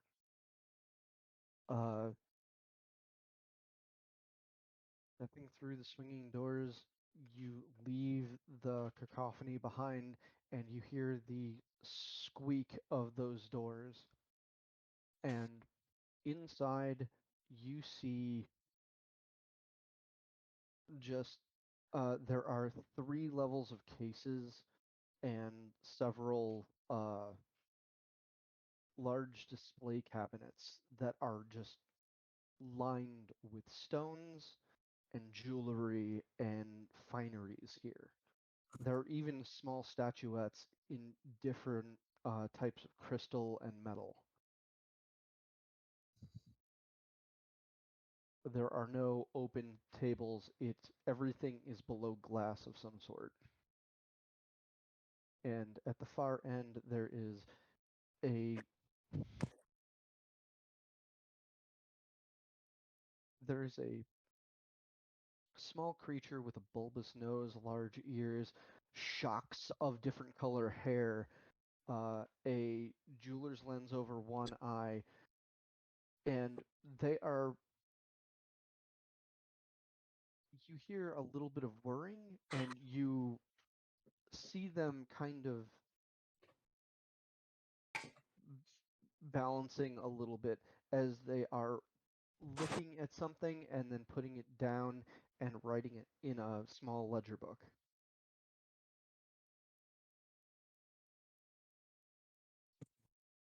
Ari is just like, what is this place? It's the Wonderful. jeweler they told us to come to.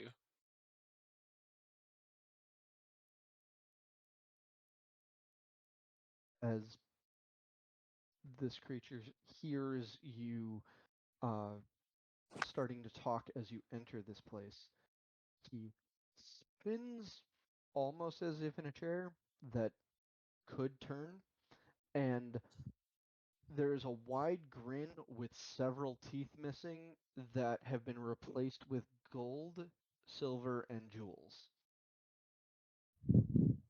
That's And creepy.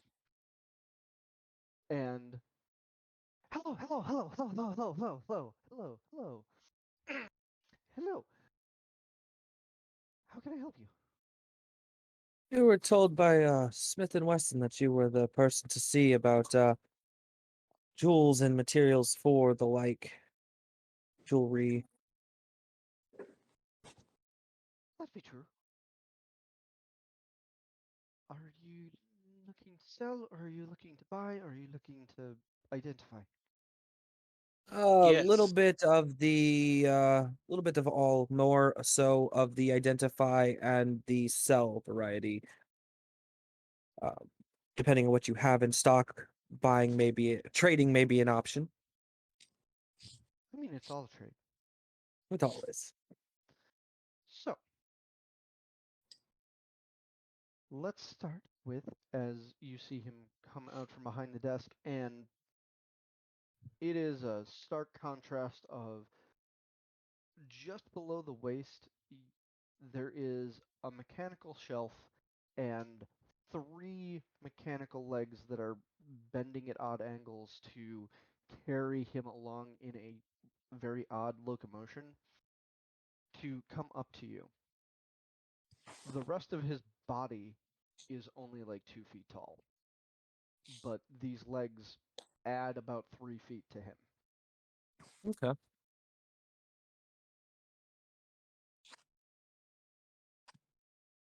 Well, And he comes to the other side of the desk that he is at, and he pushes a button, and this the glass top of this shelf just begins to glow with a soft light. Let's see it all. Put it down, put it down, put it down, put it down, put it down, put it down, put it down, put it down. Baron will pull out some of the fine, clear, broken gems, some of the ivory shards, and some of the soapy stone. I'll let you do it one person at a time. He bridges his fingers and cracks the knuckles, and the stubby little fingers all wriggle as he leans down and adjusts the jeweler's lens and begins to look at each of them.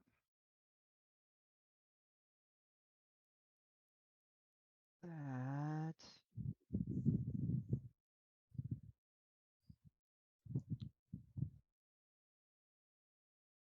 hmm. Well, these, as he points at the clear gems, that's volcanic glass.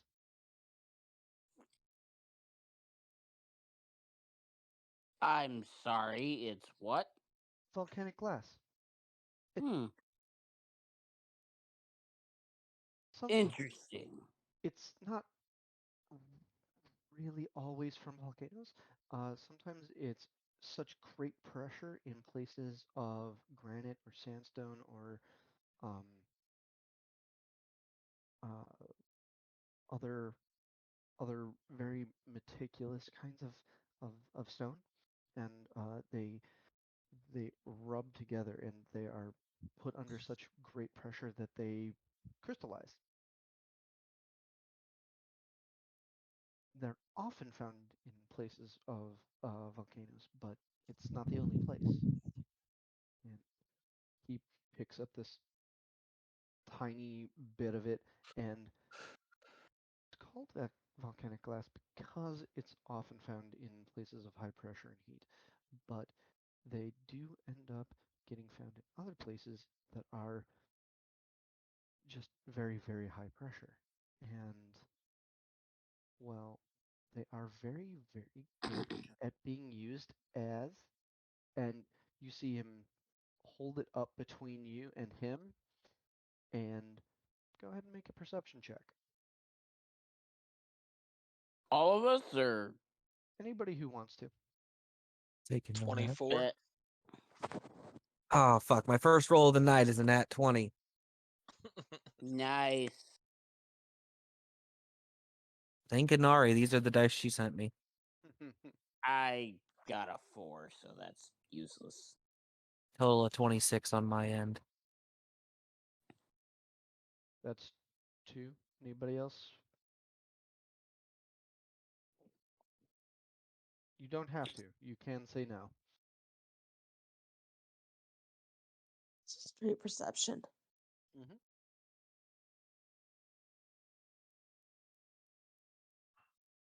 That's a 9. Okay. Tyler said he got a 4. Yeah, it Ari literally sees it as just, I glass. don't think that I heard Serby. 24. 24. Okay. So the two that look at it and just see the clear bit of glass in his hand, um, they see a little bit of extra light piercing through, but they don't see the direction it's coming from. The other two look directly through the lens into the very thin shaft of light that is coming out of his, and you are temporarily blinded as a laser has hit your eye. Wait, who are the two that are temporarily blinded? That would be You, Biren and Adraxon. Ah, oh, You can make because we lasers. passed? Yep, it's because you rolled super high. yay for the super low roll. And You can make laser. so there's that. They work very well as a magnifying lens. You could make. About 30 seconds later, you blink the blindness out of the eye that it had, and you're just, it's a little bit blurry for the next minute or so. He puts that down. You could potentially make a viewing glass with that. Mm. That could be Or if helpful. you, or if you Over. melt enough of it together or mend enough of it together, you can possibly make a a full glass that ends up concentrating light from above. Interesting. They're wonderful Or for fire starters. over the table, the tech place that we Yep. haven't been to yet. That's where that needs to go. That would be a very Although over the table Jackson is definitely going to ask about a viewing lens because binoculars would be amazing. So Full on pirate. that's what those are. And he picks up, what was the second thing? The ivory shards.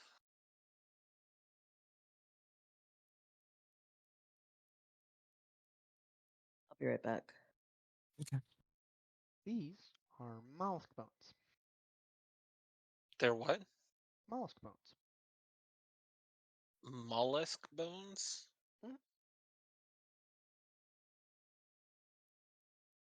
And are they useful for something?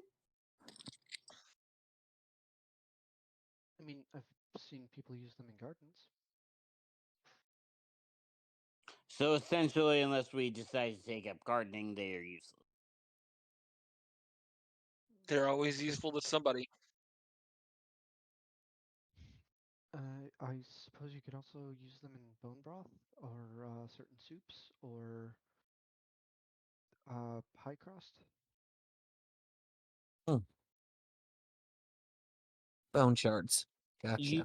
You see this look cross Ari's face as he just mumbles to himself. Pie crusts? As he holds up the bone and he just kind of crunches it, and you see dust. They're really frail. It's mostly just soft calcium. But Interesting. pie crust. Yeah. You see him start to stroke his chin area. Stroke his trunk. Sure. Biren gets a smile from ear to ear. And then picks up one of the larger Soapy. chunks of the soapy stone.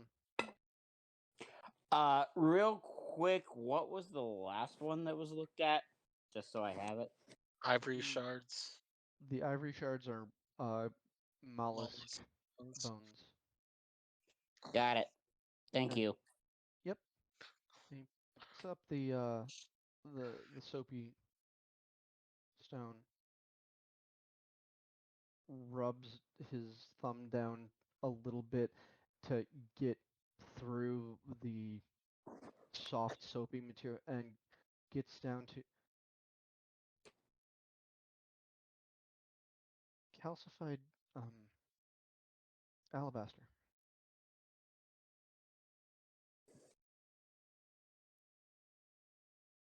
Puts it down. Interesting. What is that one Uh, used for? Alabaster? The calcium can be washed off, and it's a nice stone that's really it's used in a lot of fancy constructions, sometimes statuettes. Uh, I'm pretty sure that some of the people up on the highway use some of it for some of their powders for their weird explosive thingies. Um, the calcium deposit that's on top of it is about an eighth of an inch thick. You can scrape that off. That's just. I'm guessing you found this around most of those mollusk bones because yeah, it's like they were crushed and they just set over time, and a little bit of moisture let it just kind of crust to it. Okay. Is the outside worth anything? The calcium? It's the same as the mollusk bones. It's probably is the milestones. Okay. What's the highway? The highway? Mm-hmm. Well, do any of you happen to have the map? I do. Pull out his intricate black map. Well, he points at the one outer loop and goes, so you see how it doesn't really connect, but it has a bunch of bridges down to the lower sections? It's called Mhm. a highway because it's raised above. But that is where the non-magic weird. I don't get into that. I stick to the mystical. That's technological stuff. I've been there a couple of times. It wasn't worth my time. See. But it's for the people that come from the worlds that are more technologically advanced and more magically and mystically stunted. Interesting. Biren goes ahead and pulls the volcanic glass and the calcified alabaster, and he picks up the mollusk bones and he looks over at Thenris. I think I got us dinner tonight. As he puts them in his bag. You mean a Awesome. Draxon? Yes. Yes. Yeah. Sorry. What did I say? You said Fenris. Of course I did. Fenris. Sir B, is Uh, just to speed things up, is that the only things you had to have looked at? No. Okay. I had one other thing. He pulls out the small flat chest with the smattering of gems. That was 10 pounds.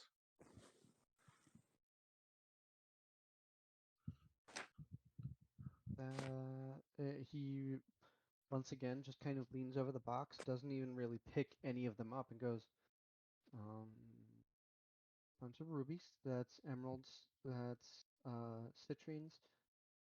That's amethysts. You've got a couple of very small diamonds.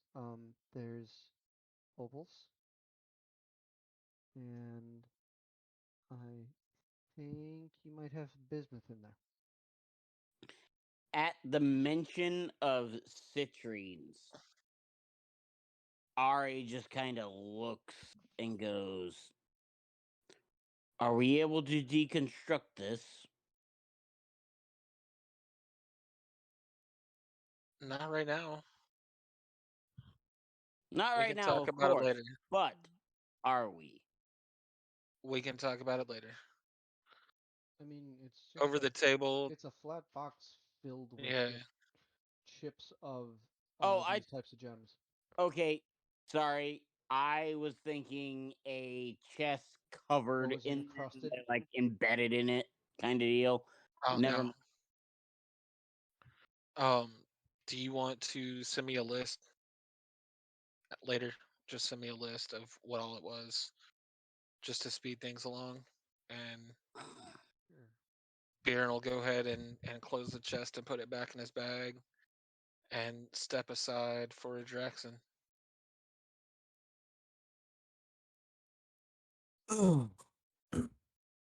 First off, Adrax is gonna pull out the 62-pound chunk of pyrite.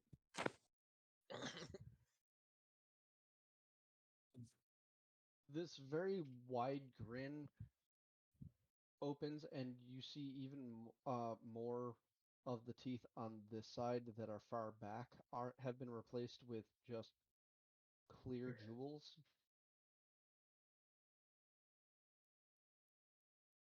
I haven't seen that much pyrite in one place in years. Well,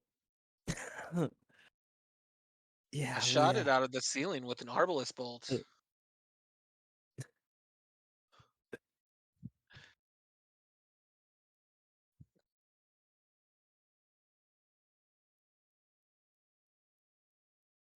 Ow.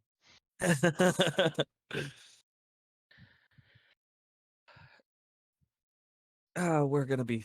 You'll learn quickly that we're full of weirdness and wonder. Baron will pull out his bow with this, and then just put it back. As all of this is going on, you just kind of see Ari not necessarily off in the corner and away from everybody, but you just see him holding his flute, looking at it, contemplating with a look of contemplation upon his face, I should say. Um, Trying to decide between his fancy flute and the violence. Kinda, yeah. then he's gonna set the pyrite down next to the proprietor, and then he's going to pull out a bag that has a um bunch of gems in it that range from bright red, dim red, dull gray, pink, and yellow swirl, half clear orange and half muddy orange, milky white, grass green, sky blue, and muddy green. Dear God. One And the moment, universal. Oh no, the universe is going to be separate.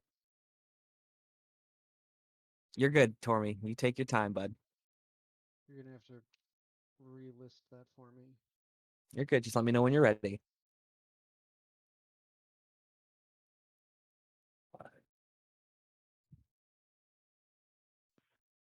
Baron looks over at Adraxon. If there's diamonds in 9. this box, there's probably more diamonds in that mine somewhere. Probably. There's your list. Oh, Okay. wow. That is Are you ready? definitely a list. You ready, Tormy? Yeah. So this is fine. Let me do something really quickly.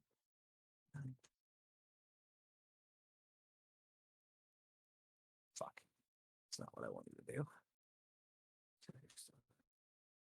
Okay. So he hands over this bag, and it's got roughly about 4 pounds of each of these gems. A bright red gem, dim red, dull gray, pink, and yellow swirled, clear orange, half muddy orange, milky white, grass green, sky blue, and a muddy green.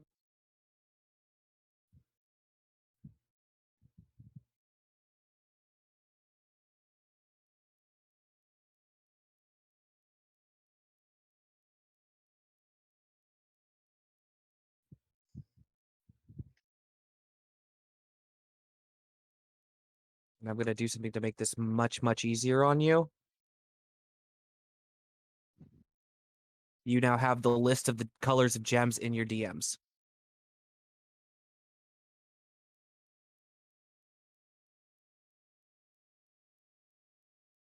And you have them all spread out. Mm-hmm. Do you have the other piece out as well, or not yet? Not yet. I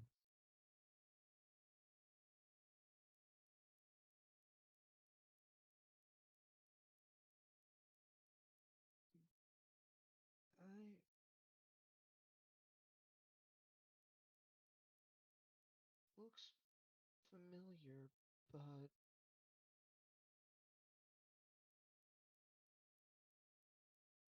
so this these look like they're part of the same crystalline hive. They're all part of the same. And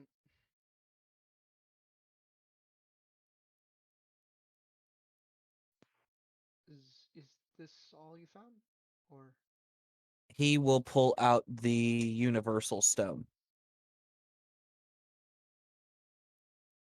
and he nods. He can I can I can I? Mm-hmm. Absolutely. He reassembles them into the same cluster that you had pulled out one by one, and he puts the universal stone at the center. and then kind of steps back a bit and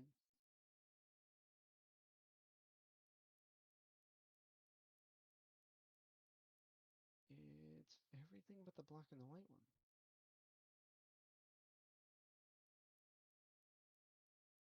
So this, if it was a complete cluster, this would be something that usually is left behind by when a ley line shifts. Okay. When a fixed point becomes unfixed, it leaves behind a physical structure of where it once was before it moves to a new place and then reaffixes and a new cluster begins. That center one and the ones outside are a manifestation of the central. The one in the center is the fixed point of a ley line. The black and the white are the polarizations of the ley line, and they are supposed to work together to uh, keep the magic in the area pinned to a point so that it doesn't shift and become chaotic. They are normally naturally occurring, but if you break these apart, they can move the entire ley line as one would. That Oh. sounds bad.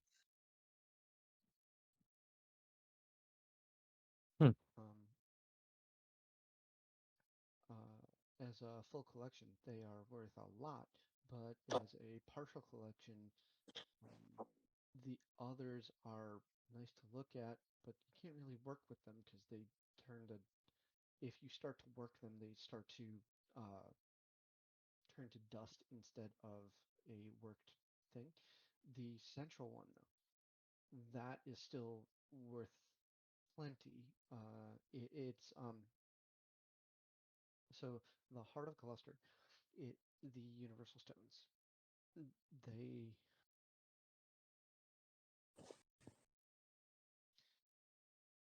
very good enchanters, very good those that work with ley lines and portals and dimensional anchors tend to use these to great effect to um, well they if they're worked correctly they can be used as a battery for those type of things like a fixture of a gate that will remain until the fixture is taken. That sounds like something that Revolver could use. Yeah, I mean he's got uh several hundred in his room. Hundred? Several thousand. So if I were to go back and get, or if they were even there, and acquired the black and the white to make this a full cluster, it would be much more usable than it is now. Um, because the full set with the polarized or with those two parts that keep the entire polarized sections together and make sure that things don't end up moving, you can pin or if you find a ley line and you place this in the area and you plant it and you bury it deep, the ley line can't move, making the magic in the area or dimensional travel a certainty. It Um, makes a space that many people call them sparks of arcane conduit. They're some cities pop up over them, and they are usually very magically inclined. sounds like his keys. Huh? I think I'm going to look into making this a full cluster.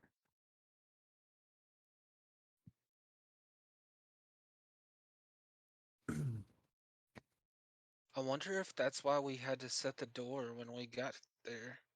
Mm-hmm. Um, well then, in that case, he will gather up the components and slip them back into his bag. Is there anything that you can make use of with this chunk of pyrite? Yes, there's plenty of facets that I can use it for. Um, just because it's uh, just because it's fool's gold doesn't mean that it's not useful. Okay. You can still use it for settings for things that can be made into magic. Just because it's not gold doesn't mean it's not. Oh, absolutely. I was just checking to make sure that you could use it because well, obviously part of it I'm for what you've done for us, the services that you've rendered so far. Part of it is yours. I was wondering if the rest of it, what you might have that could interest us as far as trade goes. I mean, I've got finished works all around the shop. We have everything from amulets to rings to piercings to the needles that you can use for magical inking. To we have those the stones that float around your head. Oh. And By the way, We have Darren's gonna bolt. we have like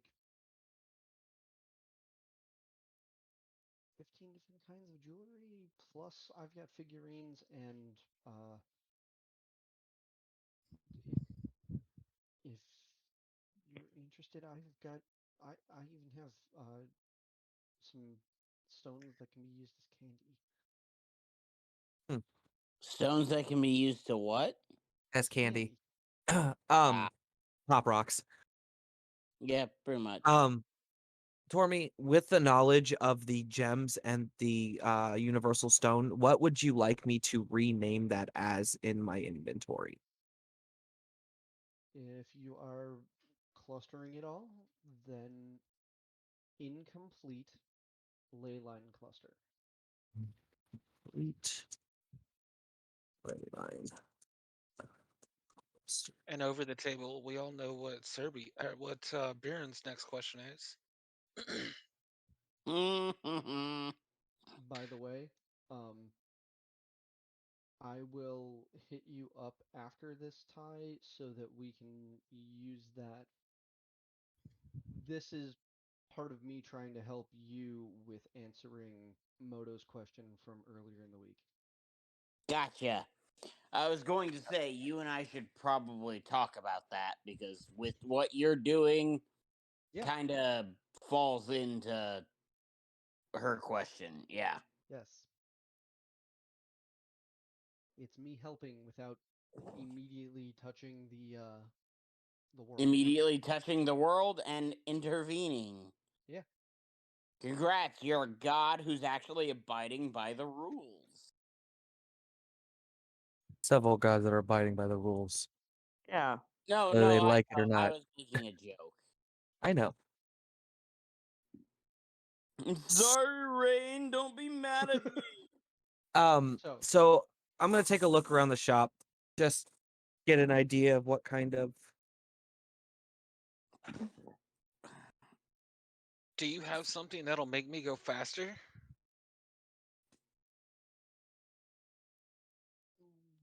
what kind of thing are you You're looking for a suppose there is the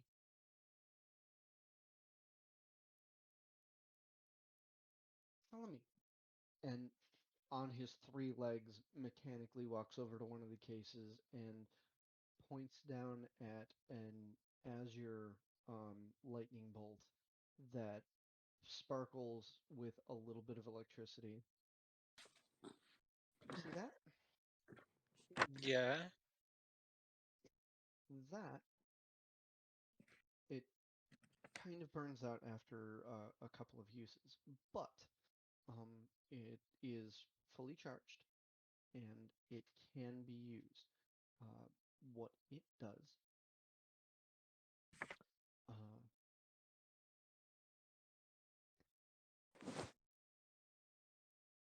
it makes time slow down around you for short bursts of time.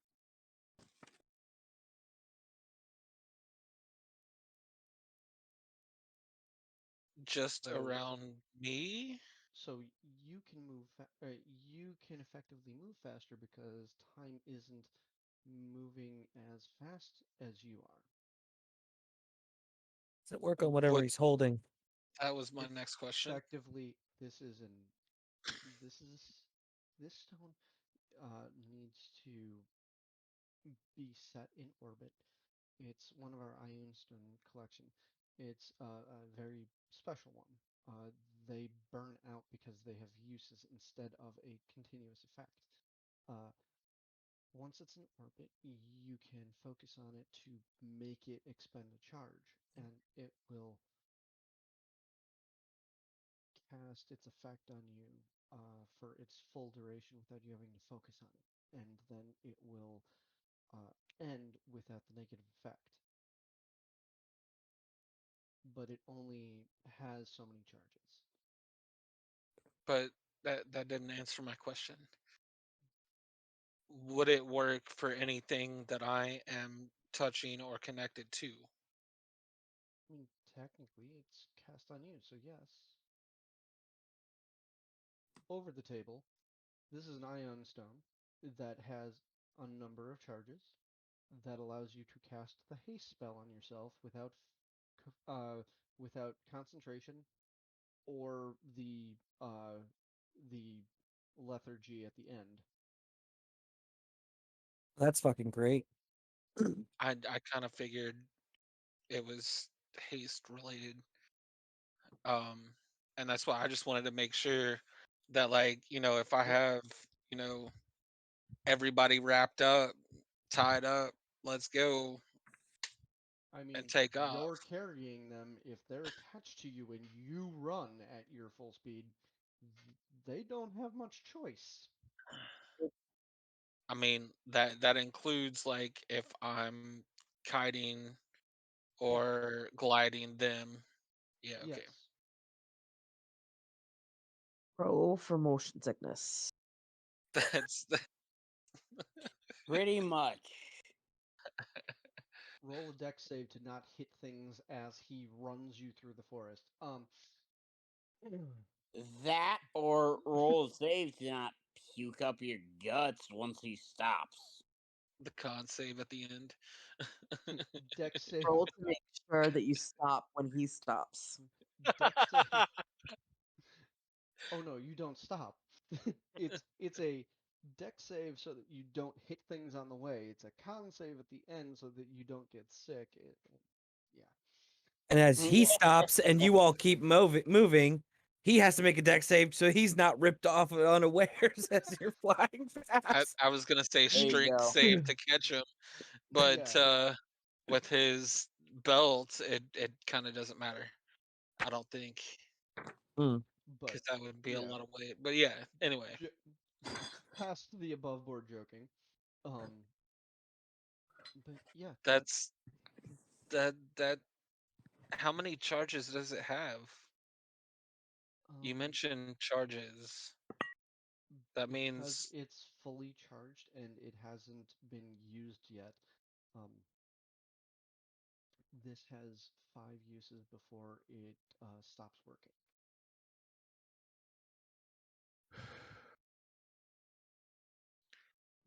Biren looks over at the rest of the group. I think it could be useful. What do y'all think? Ari looks at him and says, I feel it could be useful. I trust your judgment.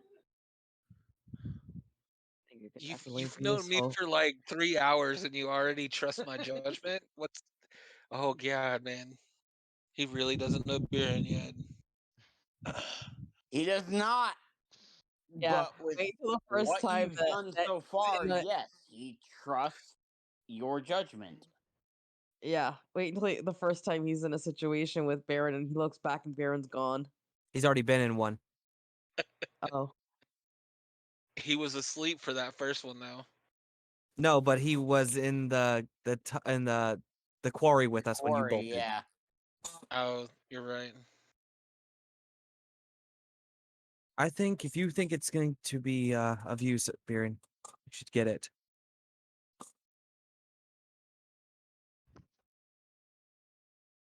Yes, I will definitely get it. That will take up some of that. I want to give you one little warning about it as he opens the case and pulls out this lightning bolt. It doesn't need to take time for it to take effect, but when you use a charge, it can hurt there. just a little bit. Ari speaks up. Hurt how?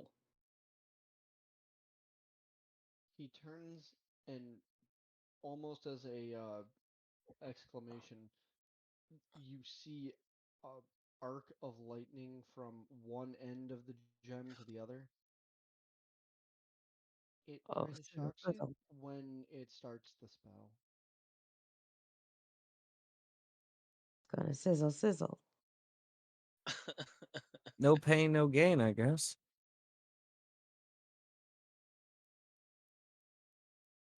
It'll be okay. What sort of items do you have for protective means? One moment. Sending me that item. Yep.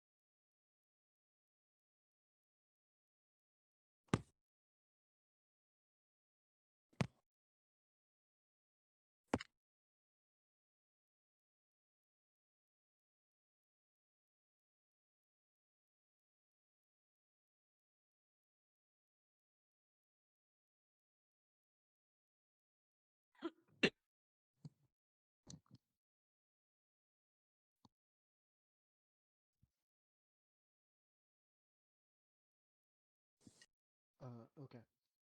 That's been sent off. Now, please reiterate your sentence. What kind of items do you have for protective means? Are you looking for a brooch, a ring, a necklace? I have a large piece that is encrusted in jewels. That is a pauldron. I have pins. I have. What kind of protection? Well, what does that pauldron do? That. So he closes the case that he's at, walks over, still holding the one gem, or the stone, and walks over to a different case across the way and motions you over.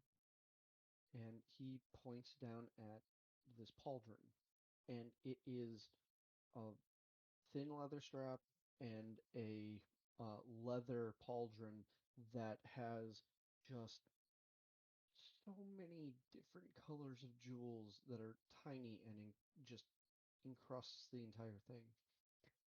So, when you are hit with a magical effect, this not only gives you a little bit of an advantage at trying to shrug off the damage that is incoming, it also um, it also has the chance of possibly absorbing the entire thing.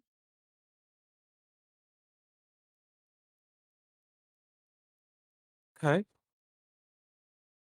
Quite nice. that sounds very nice, actually. It's probably one of the more expensive defensive items that I have in the shop. Hmm.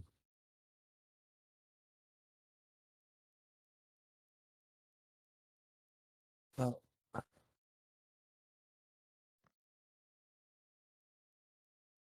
You mentioned I rings. Sorry, go ahead. Yep. We have several entire cases over there of many different kinds of rings. We have non-magical rings in that case over there, but considering the way your group seems to be, I'm going with magical rings. Yes? Yes. Okay. So we have most of our rings over in that case. And um you see a case that is about 8 feet wide and goes to the ceiling. what's the rarity on that stone for me? The stone that is going to be very rare. Very rare. Okay.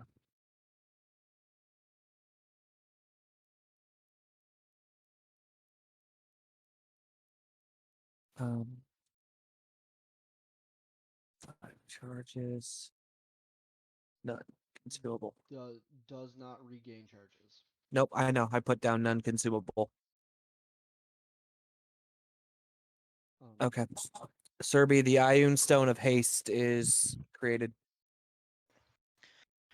Yeah, that whole does not recharge thing sucks, but Just choose the right time to use it. yeah, Right. that's gonna be we need to get out of here now. Uh-huh. Adraxon looks at the proprietor. Why don't you for the time being, and then he'll look to Deshani. Look to see if there's anything that you want. I'd hate to use whatever's left of the trade plus some maybe to work on myself. So if there's anything that you need, we'll prioritize that. Look at the rings to see what kind of rings of protection there might be. So we have, and he goes through an entire list of all of the resistances. He goes through, there is a resistance for every energy type and non-magical slashing, non-magical piercing, non-magical bludgeoning. Uh, there is this one that gives you a very malleable shield that just kind of absorbs a little bit, and that is a regular protection ring, the +1. There is, and you see this big freaking gaudy ring that is it is a platinum setting on a gold band with this stone that is about the size of the end of your pinky. And it's that one is the more potent version of that one. Uh, you don't need to worry about getting used to it, but everybody else has to get used to it because it's big.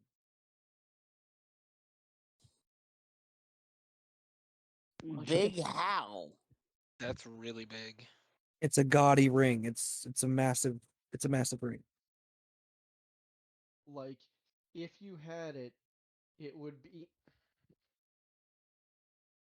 about yay big. Hmm. That's the setting. And it's two different types of metal for its band and uh, uh, facet. Okay. Um, so there's that one. There is this one, which I took an old brooch and I had reaffixed it, and I bent the sharp bits off, and now it is a ring of shield, which is the brooch of shielding, but is a ring. Then there is this next level up, and he goes through a bunch of other resistances that you aren't sure what those resist.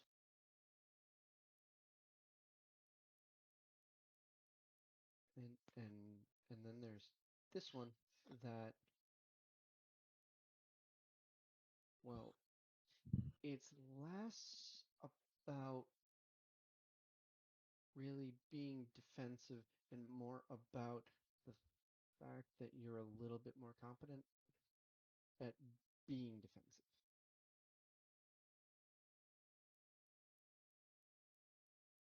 A little bit more competent. How? Well, you see, you know how sometimes somebody tries to hit you, or you need to get out of the way of somebody, or you need to push on something, and you need to make sure that you don't fall over, and all these different kinds of situations. Well, yeah, this makes it so that you're just a little bit more competent about it. +2 to all saves.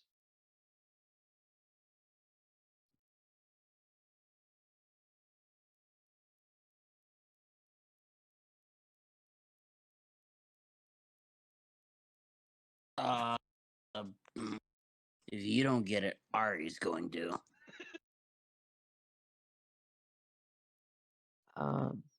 And then, I mean, well, there are other rings over here, but that's definitely not going to cover any of those. There is going up another shelf. This one is, and there is a pair of rings that have a bar across them that has a set of diamonds set in a 1-2-1 type of pattern. There's that one that is intimidating looking, but is actually another defensive one. It it allows somebody to once a day cast a really potent spell that helps you defend yourself only.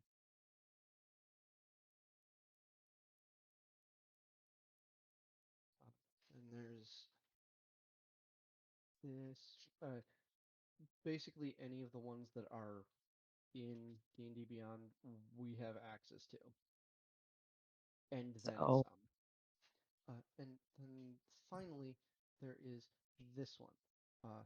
This is a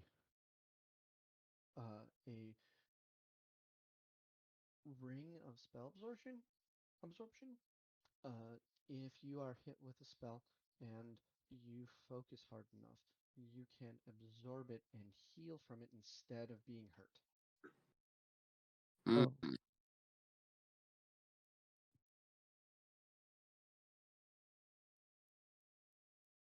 That level is outside of the price range of just the pirate. If you have other things that okay. you're willing to trade, we might be able to get to that level. Well, how much would it be if I got the +2 ring of protection? Would that be? That's still Would within I? the range of that. We'd still have a little bit of credit left over after That was my after next question: is if there this would be and credit the left over. there'd still be a little bit left just from the pyrite. Yes.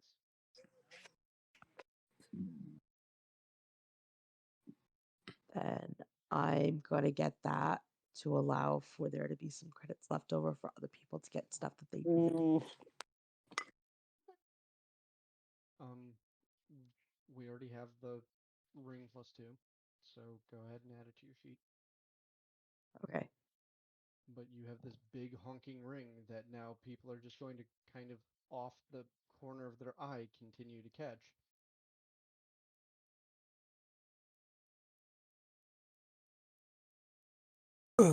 Tyler, you mentioned you wanted the ring with the +2 to all saves. I did. Sorry, I was dying there for a minute. Okay. So Anyways, yes. that is a little bit more than what's left on the pyrite. If we have anything else that we're adding to it, I can separate myself from that ring as well. Um, I only have the Brady looks at incomplete. him. I have only got the incomplete cluster left. Ari looks at him. What would you take? I mean, you all seem to have Beer lots of and these raw materials for me. Beer will pull back out that small chest with all the gems in it. Would this cover his ring? And then some. I can, if you are offering everything in that box, I can offer a little bit more as well.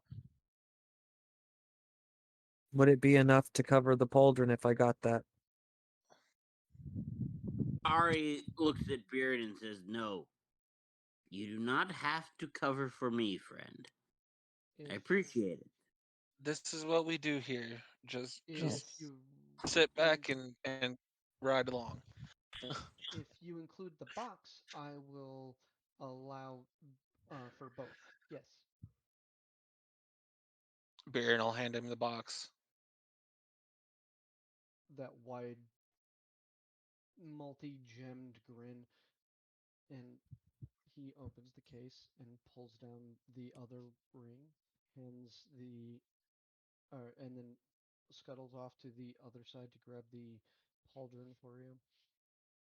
And he puts it all on the case that's like dead center in the room, and or that has that low light spell on it. And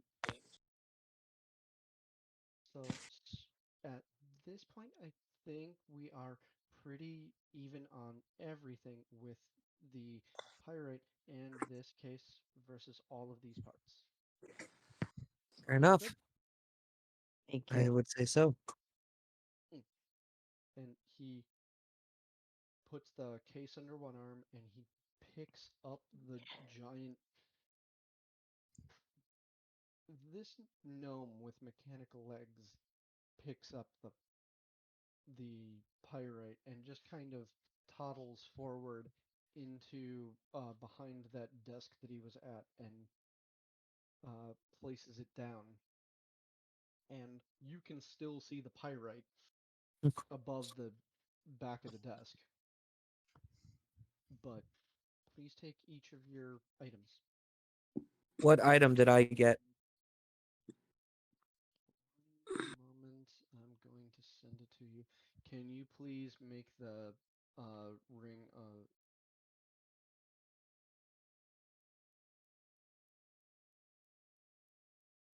You want it? Just give me a name for the ring, and I Yeah. can just make the thing because it's literally. I just need a name and a rarity type. rare, and I'm going with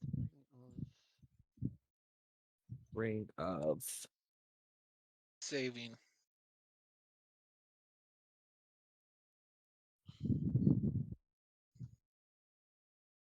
Gotcha. that makes the most sense. Yep. And you got the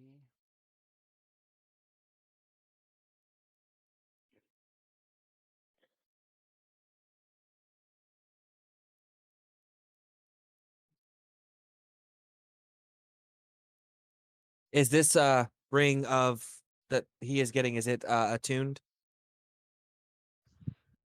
um it was on the same tier as the +2, so leave it unattuned. Okay.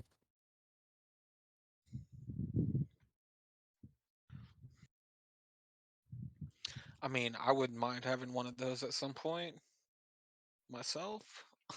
Right. We're gonna do bonus to all saves. Is there an option for that? Pretty sure there is. So there S's.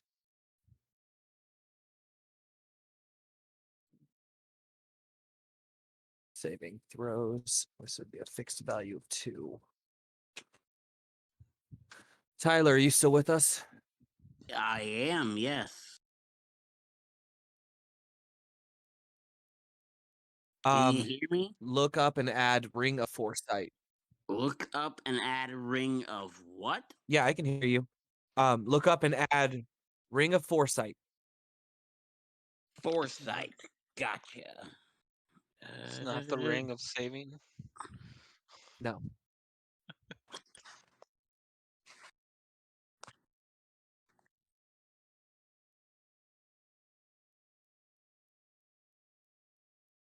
Uh,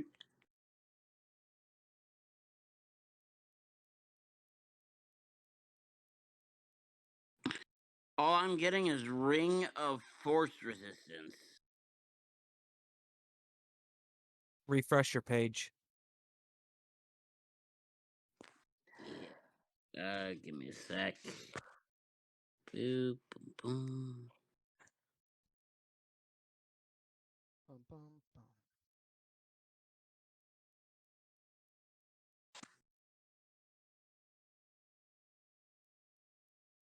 I got you. Rarity on the pauldron for me. Very rare. Okay. And attunement, yes? Yes. Okay. Mainly because of the second effect being so potent.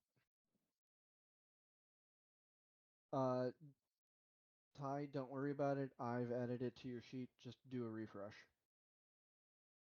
And I probably am going to have it twice because I just added You're good. it. So give me a sec here. Mm, Okay.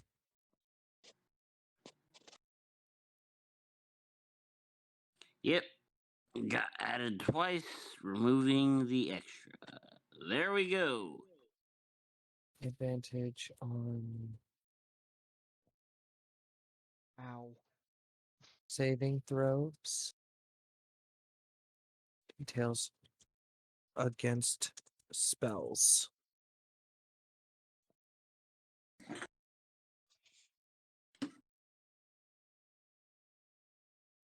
And then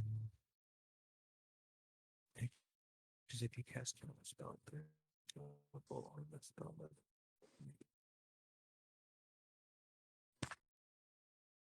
That's saving throw. Not a spell. Okay. And we're going to add that in. And I think at this point, This turned into a shopping episode. that's all right. Little bit, yeah. I'm pretty Sounds good. sure at this point, with how late it is, we need to Dinner, find a spot we can wrap up. dinner, and back to the hotel. Okay. Are you looking for one of your normal places or something new? I'm on the verge of a crash, so I mean, Normal Probably one everything's of our place. normal sorry. places. For food. Something that we can just pick up and head back. Yeah. let's find a subway. Tacos.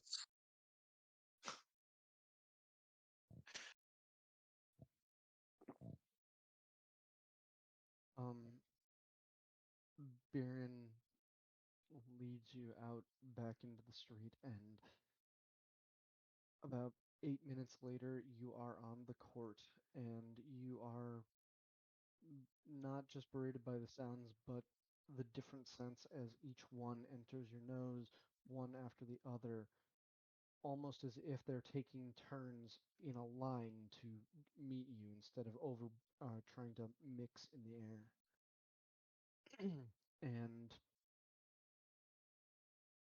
several of you recognize this place that Baron leads you to, but our elephantine friend has never been here. Correct.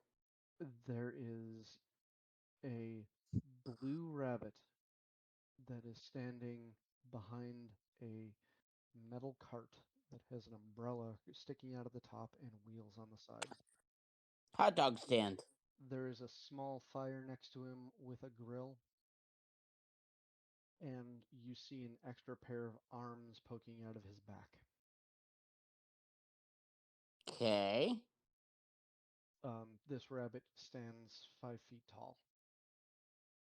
Weird hot dog stand. Gotcha. How can what are you here to trade? How can I help you? What do you want? Biren will pull out half a wheel of cheese. I will take about half of what you got, and what can I get your group?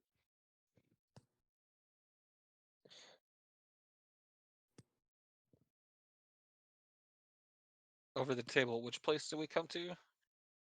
You came to the street taco place. Oh, yeah. Of course we did, because Serb likes his tacos. Biren does too. Who doesn't like tacos? This is the place that Steak had tacos. all the different kinds of meat. Yep. So Steak.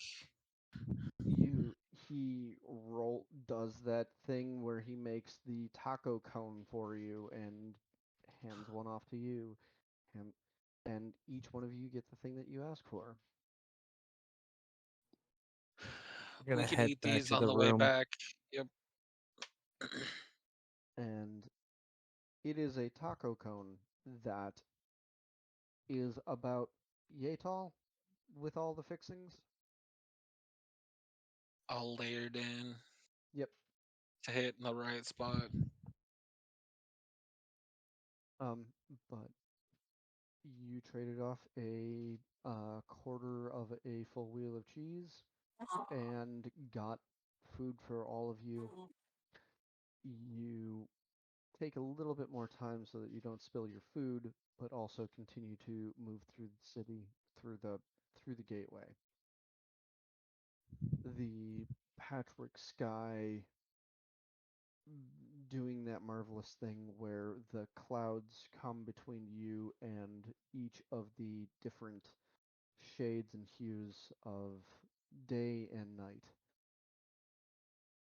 And you make your way through the crowd. You swim through this river of life, of people, and you find your way to the base of your hotel. This place that looks like it's made of almost pastel tans of tent-like canvas on the outside. As you step in, and the walls are a little bit more solid.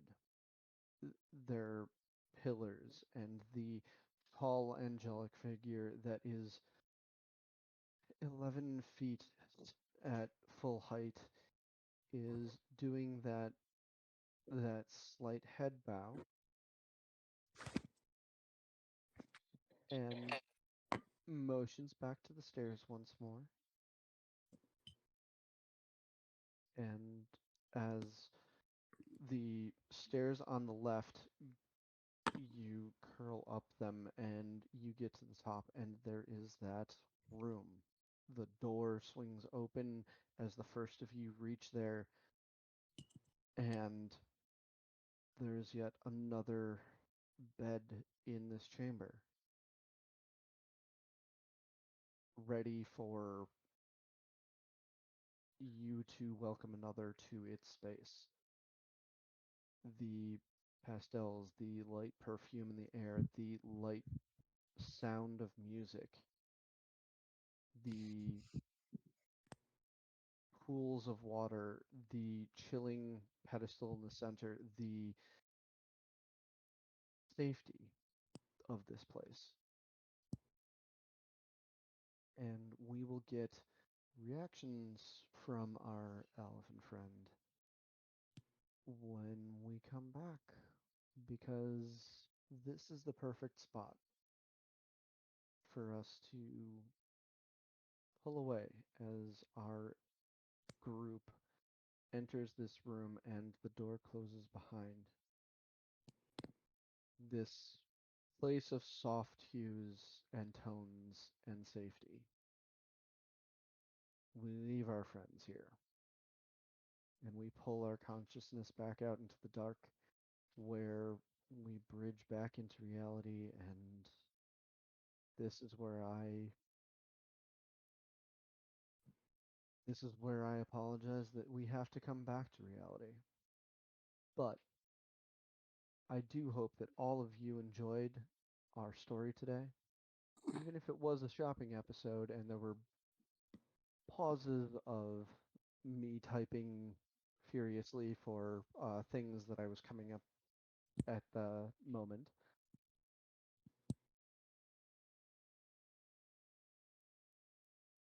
But I'm happy that we told the story together and that we are going to continue telling the story together. We're going to leave the gateway here. But that doesn't stop you from coming to the Haven, our Discord server, where not only this game but several others are played, where we are experimenting with a couple of other possible campaigns that are being worked on, where we have live RP consistently running almost every day. Come, tell stories with us. We'd love to have you. And, well, with that, I'm happy to have told this story so far. See you next week when we open the next chapter. Bye, everyone. Bye. Night, everyone.